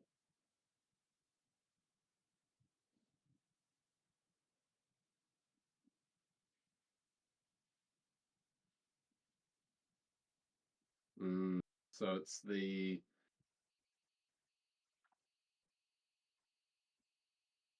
piercing of the attempted coverage of known inequality. Mm-hmm. The pain felt by the recognition that there is inequality, and then an ultimate desire to rid the world of inequality so that I do not feel the pain anymore. Which is my, I don't want to say devastating, because that's a bit self-congratulatory, but that's my criticism of left-wing ideology in general. But I think it also applies to, when it comes to spirituality, the Buddhist kind of we're equal to ants view of existence, which I think is quite laughable. Existence is pretty clear that there's hierarchies. And as painful as it is to empathize or believe you are a person or a being at the bottom end of a hierarchy,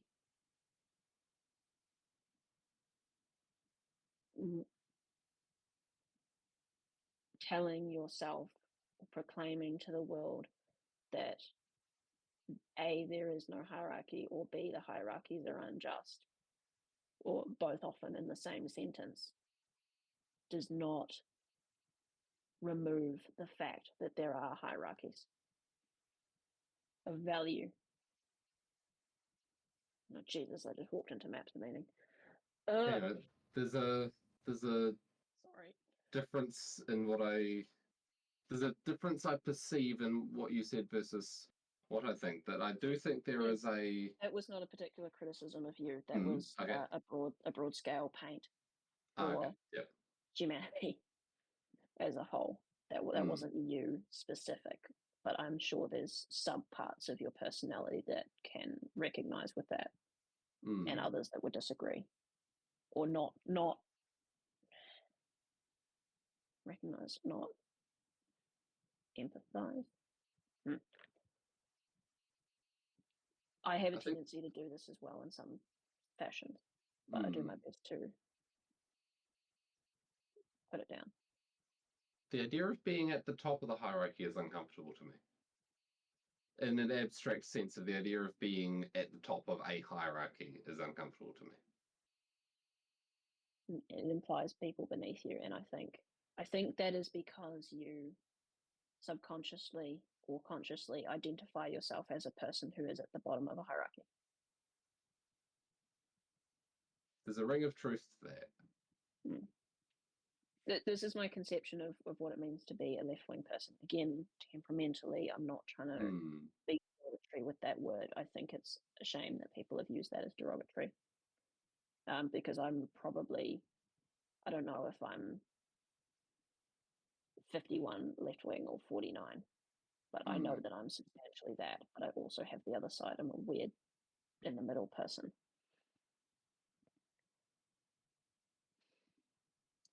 I believe that what it means to be a left-wing temperamental person is identification. I am the person who falls to the bottom of a hierarchy, or I very easily could be, if not for circumstance. And therefore, we should be, in the same version, being careful with hierarchies to make sure those at the bottom are not falling off. And then in the insane version, we must destroy all hierarchies, or all hierarchies are wrong. Or most commonly, in our modern world, there is no such thing as hierarchy, and also we must destroy all the hierarchies. Yeah, I think the Yeah, first of those is the one that I agree with. That be careful of the people on the bottom. and that's the same view, but it's that the emotional instinct of, oh God, I'm one of them, or could be. That pain or feeling of,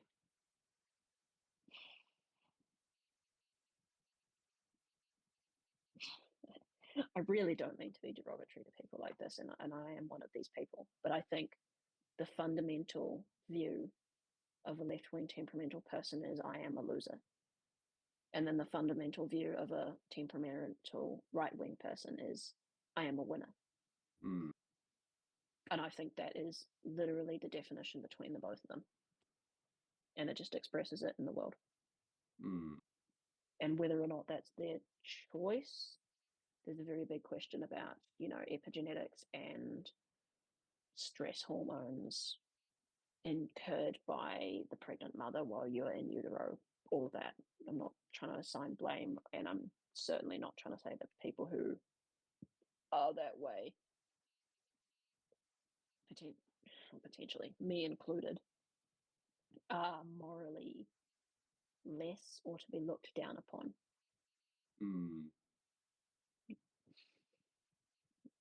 There's my side showing. Do not look down upon the downtrodden. You should not treat them as less. And then the right-wing part goes, but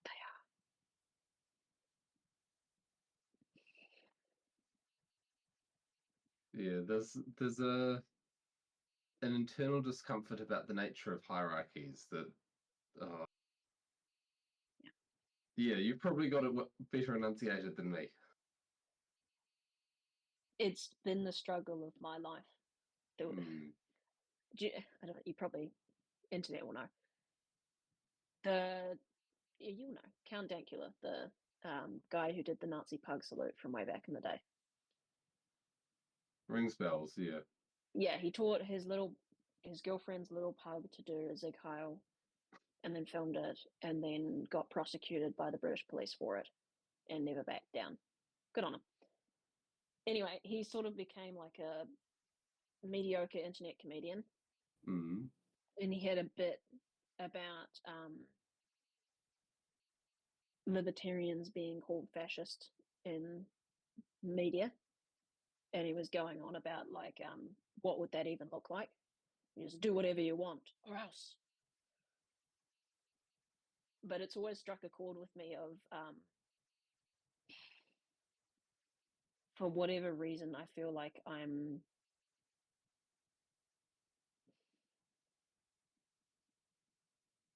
two people politically mashed into one. And most people are like a left-wing person or a right-wing person or like a middle of the road person. Whereas I've always felt like I am half extreme left-wing person and half extreme right-wing person. Like I'm torn both ways to the extreme. And I'm sitting in the middle, not because I think it's the reasonable position, but because like one part of me is dragging me that way. and the other part of me is dragging me that way. And then my joke was always like, oh well, yeah, because I'm half German and half Scottish. There you go. Yeah, that is my genetics. All the Highlander, free libertarian, and then like German is the other half. I valued That's a their hard fun road. mix. Yeah, Yeah, it is. I'm similar. It's like my last name is from a region in Scotland, and mum's 100% genetically Dutch. Yes, yeah, there you go. Yeah.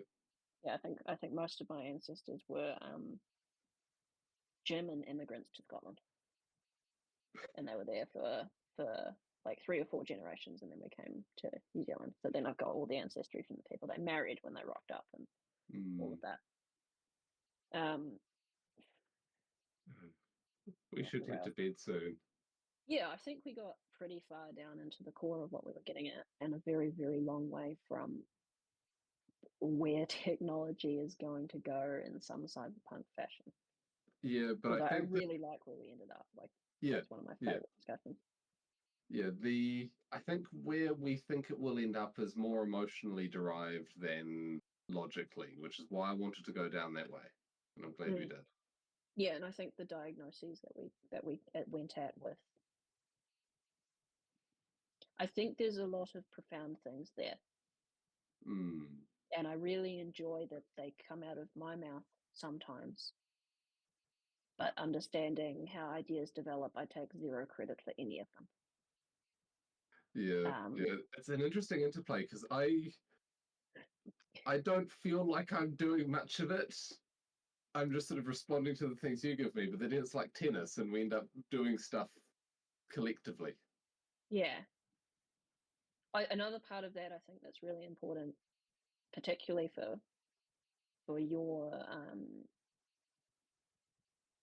feelings of self-value when it comes to conversations like that.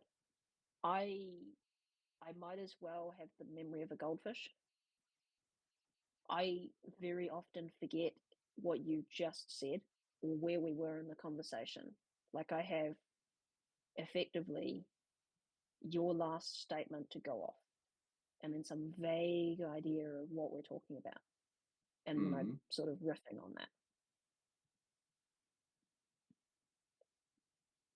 I have no plan or throughput through this to architect or steer any of it. It is very much spontaneous utterances on the spot that very much feel like they're not me.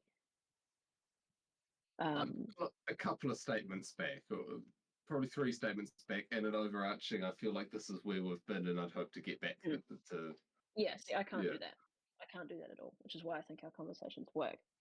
What I'm really good at is listening to you saying a thing, and in my head being, I think I should push him this way, and I can do that with these questions. So you've got a great compass, even if you don't have a map. I've got a map, but I don't have a compass. Yeah, I'm sitting in the boat looking down, and I'm like, I need to go this way, listening to what you're out there standing up looking at the ocean going, oh, there's waves over here and waves over here, and I'm sitting down going, blindfolded, going, I heard that, and I know this thing, so it must be over there. Yeah. And then like a little thing appears in my mind, and I can steer very well with questions. Yeah, maybe that's a good way of saying it. I'm very good at predictive steering of conversation, but I have effectively zero memory for the conversation. I'm all forward looking. But it's based on, I don't know, what happens to be in my mind at this current point. Actually, that's a good question. Off the bat, as a mind trying to understand a different one. Can you remember the previous states of your mind?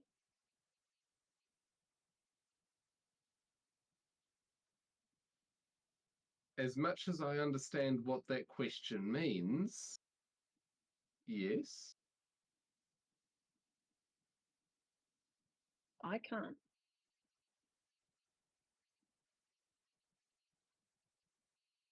I am where I am, Mm.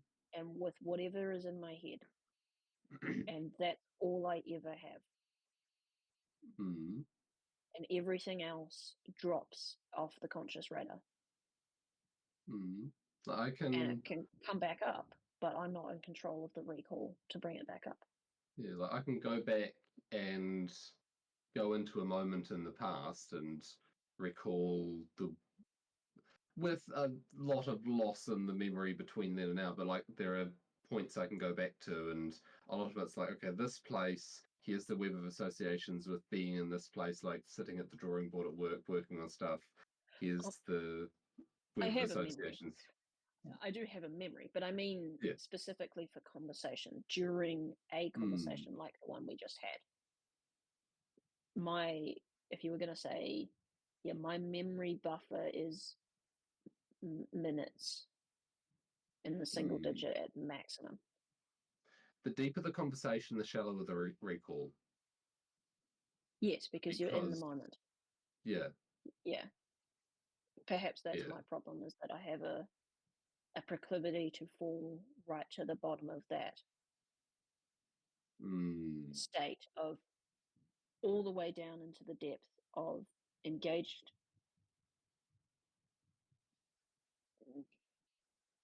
Pearson would call it that meaning engagement. Mm. Whereas if Being in the you're, moment, being connected, and then I lose connection with the narrowness of attention into the moment, and I lose the attention over time. I'm not very good mm, at maintaining attention over time, but I'm incredibly good at attention in the moment. yeah, whereas if it's a bit of a It's shallow ADHD, isn't it? conversation, an aspect I of think it, I think, yeah. I think I just diagnosed myself with ADHD, because I'm realizing while talking about this, it makes me really good at doing this kind of conversation where I can nail down on an issue and I can be really into Mm, it. It's really bad for work, mm, and I remember what the guy told me I needed to do today, mm, or did I set up this yeah. thing earlier today, or did I not do that? Mm, Like very often, as example in farming, I need to make sure a lane is set so that cows go to the right place. And I'll drive along, I'll set up the tapes, and I'll get to the end where I need to let the cows out to go to a place. And I go, did I set all of that? What about this one way back here? And I'm searching through my memory and I go, I don't know if I did that or not. mm. Gone. It's not surface level, it's subroutine. Yeah, I can't focus. I can't have broad scale focus at once. Mm. There was I'm a thing, an I'm ADHD only thing. pinpoint. I'm only pinpoint, not lamp. Mm. There I'm was a thing I Yeah. heard about someone talking about their experience with ADHD, that they talked about having the gremlins in their head, where, what was it? They had a challenge come out at work of who can walk the most steps, and they had pedometers and so on. And she walked 1 million steps in a week or something, and then was in physiotherapy for the next month for the blisters on her feet because the gremlins had decided we are winning this, and she didn't get a vote. But there's to lesser degrees, but that's sort of, here's your interest. Oh, really? I didn't pick that. Don't care. Do you get that? Mm, yes, but I cannot maintain it on a single thing for long. Mm. I Yeah, will get it that decides to go somewhere for else. yeah, I'll get that for minutes and then I'll lose it and it'll move somewhere else. Mm. So that might be like the hyperactive version where it's like this thing, now this thing, now this thing. Yeah, but if you can run with the thing you focused on at the time you focused on it, then you can learn things really fast in that space. You Mm. can work And I really think well that's there. good at conversation, is that a conversation is not a book. We're not spending 3 hours talking about a single thing. It's Mm. within a big area of knowledge. Like I have a massive area of knowledge because I've been, you know, spotlights focused on one area of knowledge and then a different, and I paint like that. Yes. I have a massive backlog, database, whatever to draw from. But then when I'm in a conversation with someone, we're only ever talking about one thing. If I can engage with them on that level. Most people I try and talk to are only the big, it's not the big picture, they're only the surface level, and I try and drill down onto one thing and they go, I don't get it. I'm sure you have that problem too. Just that blank look of what? Yeah, I'm not, yeah. I get stuck on the small thing, and in conversation that works because it shifts all the time. You don't spend hours on that little piece, but then now you're over here, but I also know something about that. Now we're over here and I also know something about that from having done it lots. When it comes down to it, I think this kind of conversation is the say my core skill, the thing that I am best at. And I'd really like to do what I am best at for a living, because I'm both really good and really bad at everything else. Like I pick up everything really quickly, but then in trying to act it out on a day-to-day basis, I make more mistakes than people because I'm drifting to something else. Like every job I've ever been to, I pick up within like a day, and everyone's like, wow, that's amazing. And then 6 months later, I'm slipping things, I'm dropping things, I'm not able to just execute it on repeat. Yeah. I can't do that, which is hard. It means that I can't advance particularly in one thing. I have to keep switching. I can't just run it and maintain the same level of attention on the same details forever. Once I've mastered it in my mind, I can't maintain the same level of focus on it again. The part of me that likes, as we were discussing, the part of me that likes sort of people to be of equal value, especially when that value is sort of differently focused. It's like I remember seeing something about how different IQ levels, in a very broad sense, were suited to different types of jobs. And this feels like the way that a high IQ level cannot do the jobs that a 100 IQ level can do very well. Like it's not just advantages as you go up the scale. Like you lose things by not being in a certain place. And like the example was a machinist who might take a while to pick up the various aspects of turning things on a lathe or making things in a mill. But they pick each thing up and sort of add it to their pile. Then they've got this big pile and they can do a whole lot of stuff. Whereas this sort of mind that we're discussing, which I think we share in a lot of ways, you pick stuff up quickly, but then stuff falls off the back of the pile. And like, so you might do the first month's worth of learning on the lathe faster, say in the first week, but then you start losing some of the basics as you keep moving forward, where they just keep sort of tortoise and hare scenario. They keep building it up until they're a much better machinist than you. Yeah, the way I always mapped it in my mind is that I traded all of my RAM for CPU power or something like that. Yeah. And it's like I can do really cool stuff and then I can't keep it or something like that. I do appreciate being called high IQ. Thank you. Because very often I get treated like I'm an idiot by people around me quite a lot. High novelty but low repeatability. For them it's easy. Yeah. To like, how can you not just do this one thing? And that's why my entire education was like 1 year in special ed, 1 year in gifted program, and then back, and then back, and then back for years. Like Oh. you're gifted, you're the best person in the year. We're going to put you in the gifted kids class, and then the next year it's like, yeah, you're in the cabbage class. You can't do anything. So I have always had severe anxiety and doubts about my own intelligence. Like I've always been like, oh, maybe I'm just one of them midwits who thinks they're clever but isn't. Yeah, So I do appreciate that. I find I have about 3 sort of threads running in my head at once. I've got what I'm trying to do. I've got the sort of background attention, and then there's listening. There's 2 background attention threads, and so I put the headphones on. I have music going, and I'm focusing on what I'm doing, and I'm listening to half listening to the conversation at the next desk, and then every now and again it's like, "What are you saying?" And then I'll make a comment about something or try and be helpful, and half the time I'm missing the appropriate context. But it's like occupying the back threads in order to be able to focus.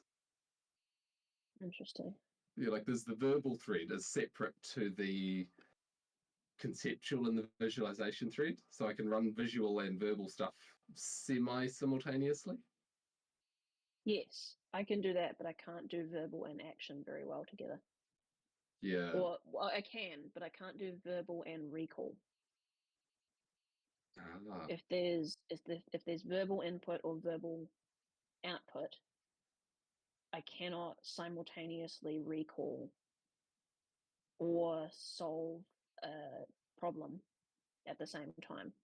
Anything that requires, was it system 1, system 2, whatever, the thinking one, if I have to solve a problem or remember a thing, I have to stop what I'm thinking about or what I'm listening to or drown it out to focus on that for a moment. And then I can do it after a minute. And then I can go back to the other thing. I can't do them in parallel. If I'm singing along to a song in the car, I have to stop singing to turn a corner. Oh, no, I can do that because that's routine.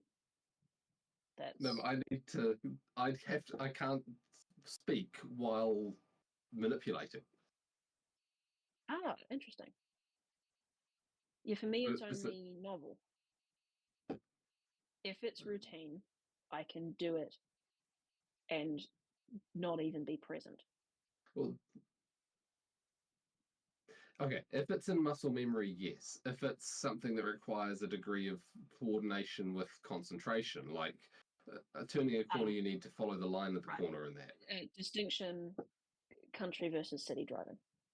Ah, yes, Yeah, yes. yeah. Checking for If cars I was coming. And, if I was in a city, if I went to Invercargill or Dunedin, which is nearby me, yes, I would be not trying to talk to the people next to me while I turned corners because there's way more to try and process, to look out for.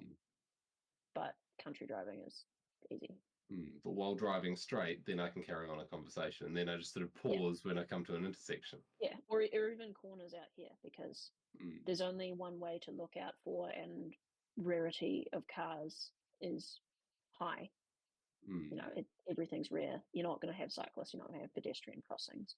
And there's not like 15 cars in the span of 5 seconds to look out. There's like one or none.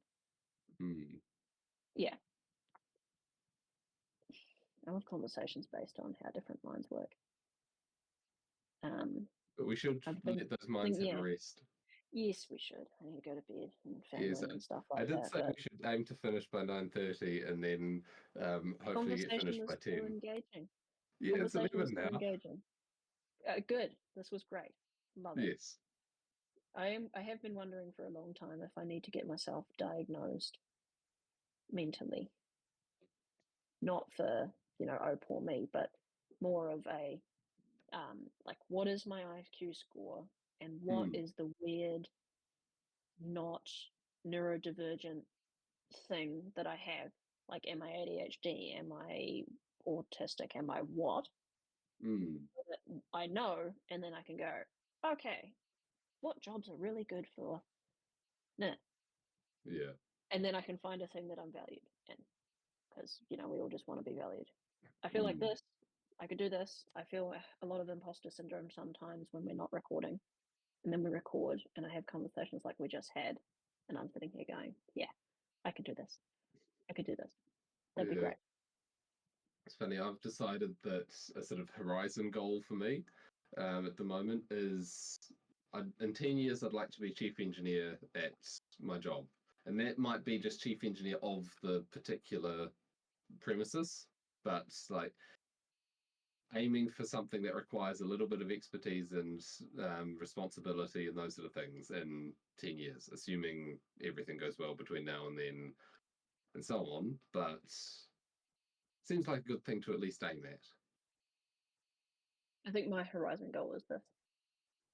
I mean, Mm, I have financial horizon goals in my life. I'd like to own my own home and yada yada yada. And a big focus is kids, homeschooling and raising them. And mm, I'd like to live in this town and have a bit more time and have a home that I own and stuff like that.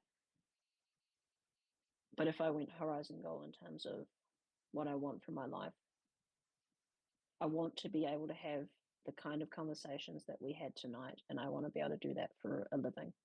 mm, That's what I was. It's weird. I feel like I want to say it's what I was raised to do unintentionally. mm, I was only child.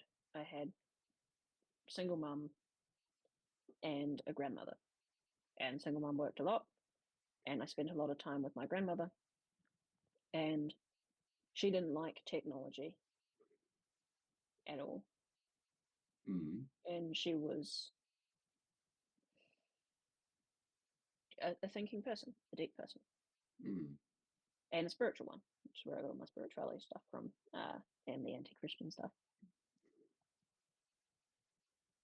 And I spent from the time I was 7 or 8, when she came to this country, till I was an adult and left home, just talking to her majority of the time. She didn't live in my house, but any chance I could, I went to her house, would make something nice to eat, and we would sit and we would talk about existence and all the mm, deepest questions and just first principles, what we call it, bro philosophy or bro sciencing, whatever. At this mm, point, that's what I did for a decade. It's how I learned to think. It's how I learned to communicate. And then I went out into the world and tried to talk to other people, and they were like, it was like talking to dumb high schoolers. And it mm. still feels that way. I try and talk to the people I work with, and I'm just sitting there listening to them, going like, this is how I felt sitting in high school, waiting till the day that I could graduate and go and talk to intelligent people. And now I'm out here in the world talking to like 38-year-old millionaires and going, wow, you're no different than the 12-year-olds that I used to try and avoid. It's weird. I don't get that.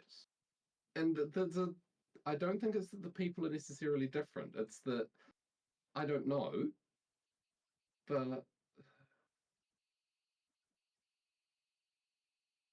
maybe it's an enjoyment of trying to show off intellectually, a For little bit of me, extroversion. No, me, oh, in terms of talking to people and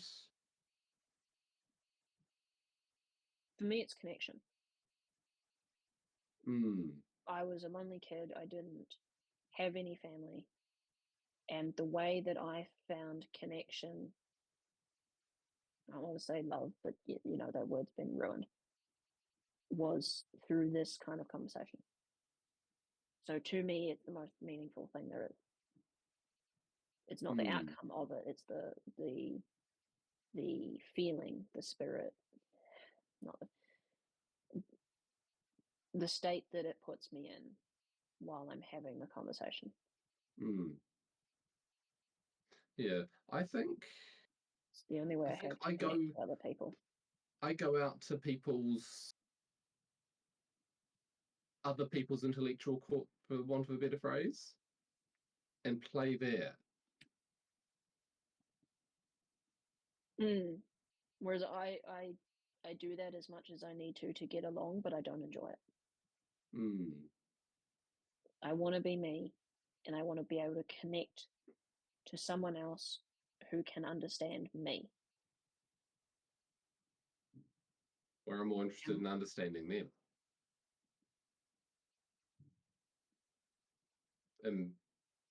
And how I'm seen by them. Is it wanting to be seen? Well, there's subconscious or well, I impulses mean, there. we all want to be liked, and Mm, I just want to, yeah, I want to be liked for being me.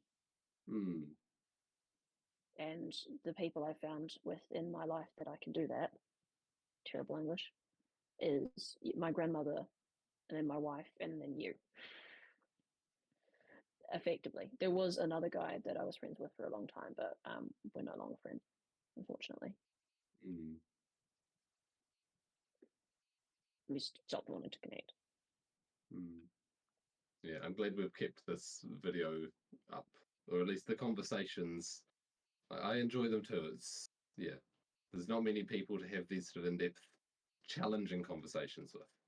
Yeah, and I'm really hoping that we meet or create communities of people who have the same instincts Mm, for that connection. mm, I think a lot of the intellectual discourse is about trying to achieve a goal. mm, I want to win the argument. I want to find the truth. And obviously, the pursuit of truth is one of the most noble things there is. But there's an element of connection and humanity for those of us who are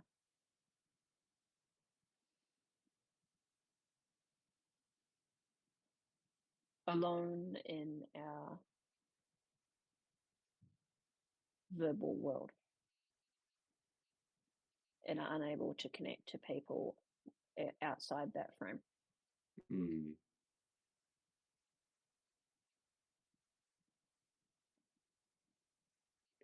And I think the frame is honesty. mm. Like the second that you are having a conversation and then you realize the other person is playing some form of manipulative game, it's over. You can't have a connection with that person anymore. I don't think I'm good at But for me, consciously recognizing it, but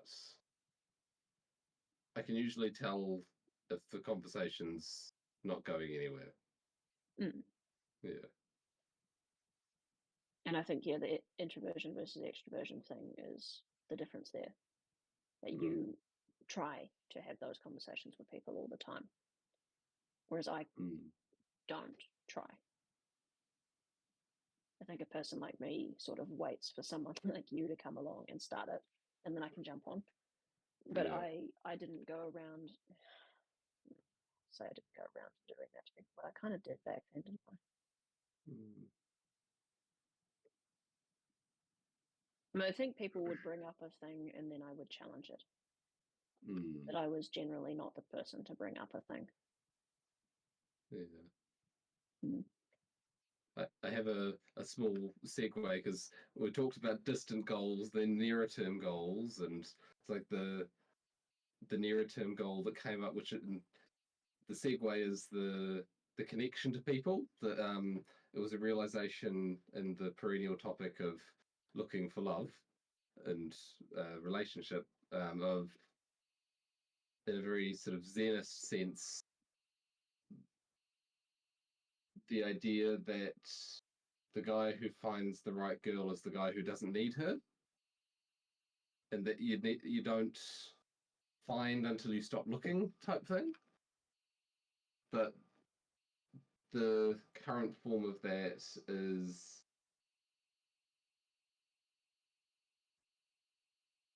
not putting in like not putting effort into anyone who's not worth anything or not worth the Mm. effort. Like there has to be a match and then the effort goes in. But if there's not the match, there's no interest Yep. and there's no It, effort. that's the desperation, being willing to say no thing. Yeah, and like there's an assumption that without any information, it's like, oh, I'll talk to you. But Mm. if there's no evidence of connection beyond that, then it's not worth the effort of taking it further and trying to find the balance of be self-sufficient on your own, pursuing your own path and goals and being yourself without really caring. Well, at first, without really, in some sense, caring if you find someone, assume you're starting alone, and then by being that man, you become the kind of man who finds someone. So if you want to find someone, become the kind of man who doesn't need someone. And it's like, what? I think a way to shortcut around that recursive loop that you're struggling with is, I think what that phrase is trying to get at is, when you are talking to potential partners, you cannot let yourself change in an attempt to change the outcome of the interaction. Mm. You need to be you fully in that moment, which means you need to not be hiding some parts or showing others or hamming up one part and suppressing others.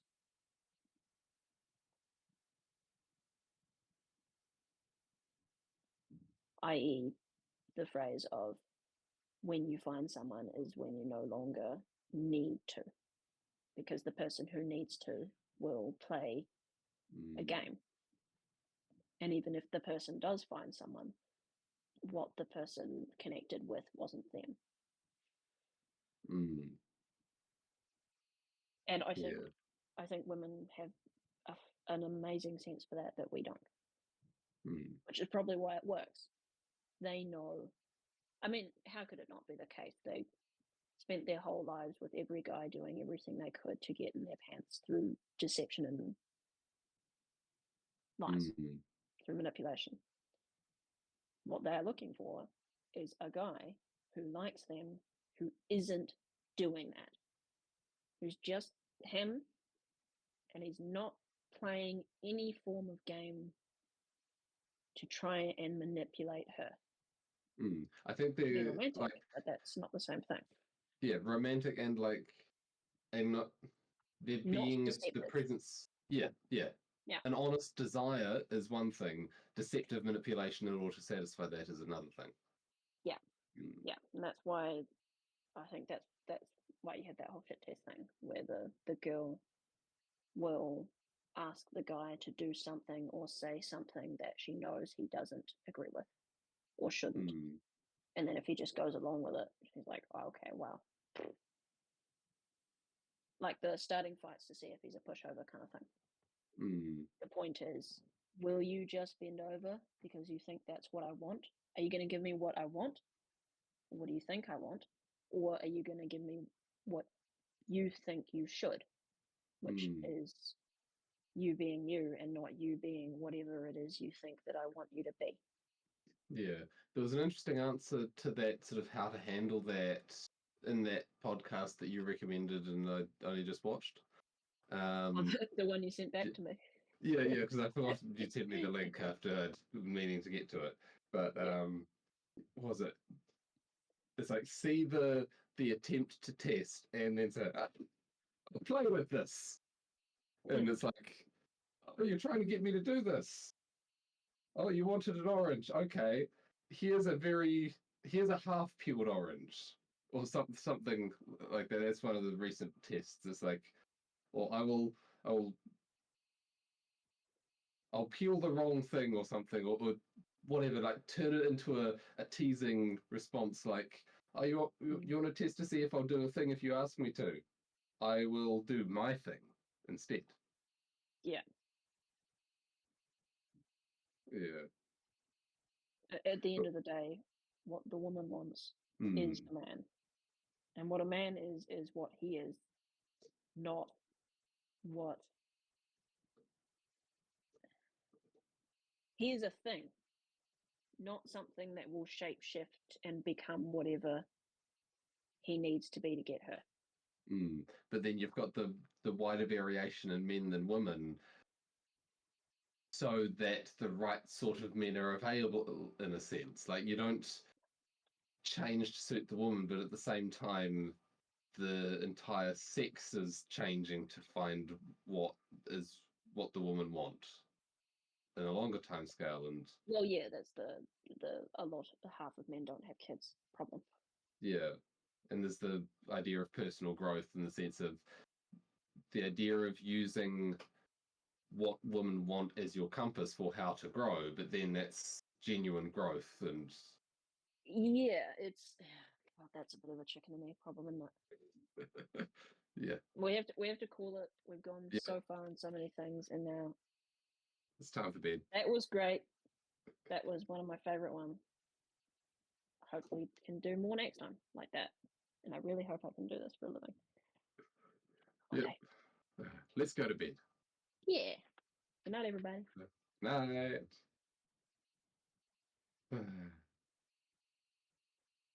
I've been making use of that because the boss bought me Spotify. It's better than nothing. Yeah, yeah. So I've been starting to tick off artists and just have music going in the background, and yeah.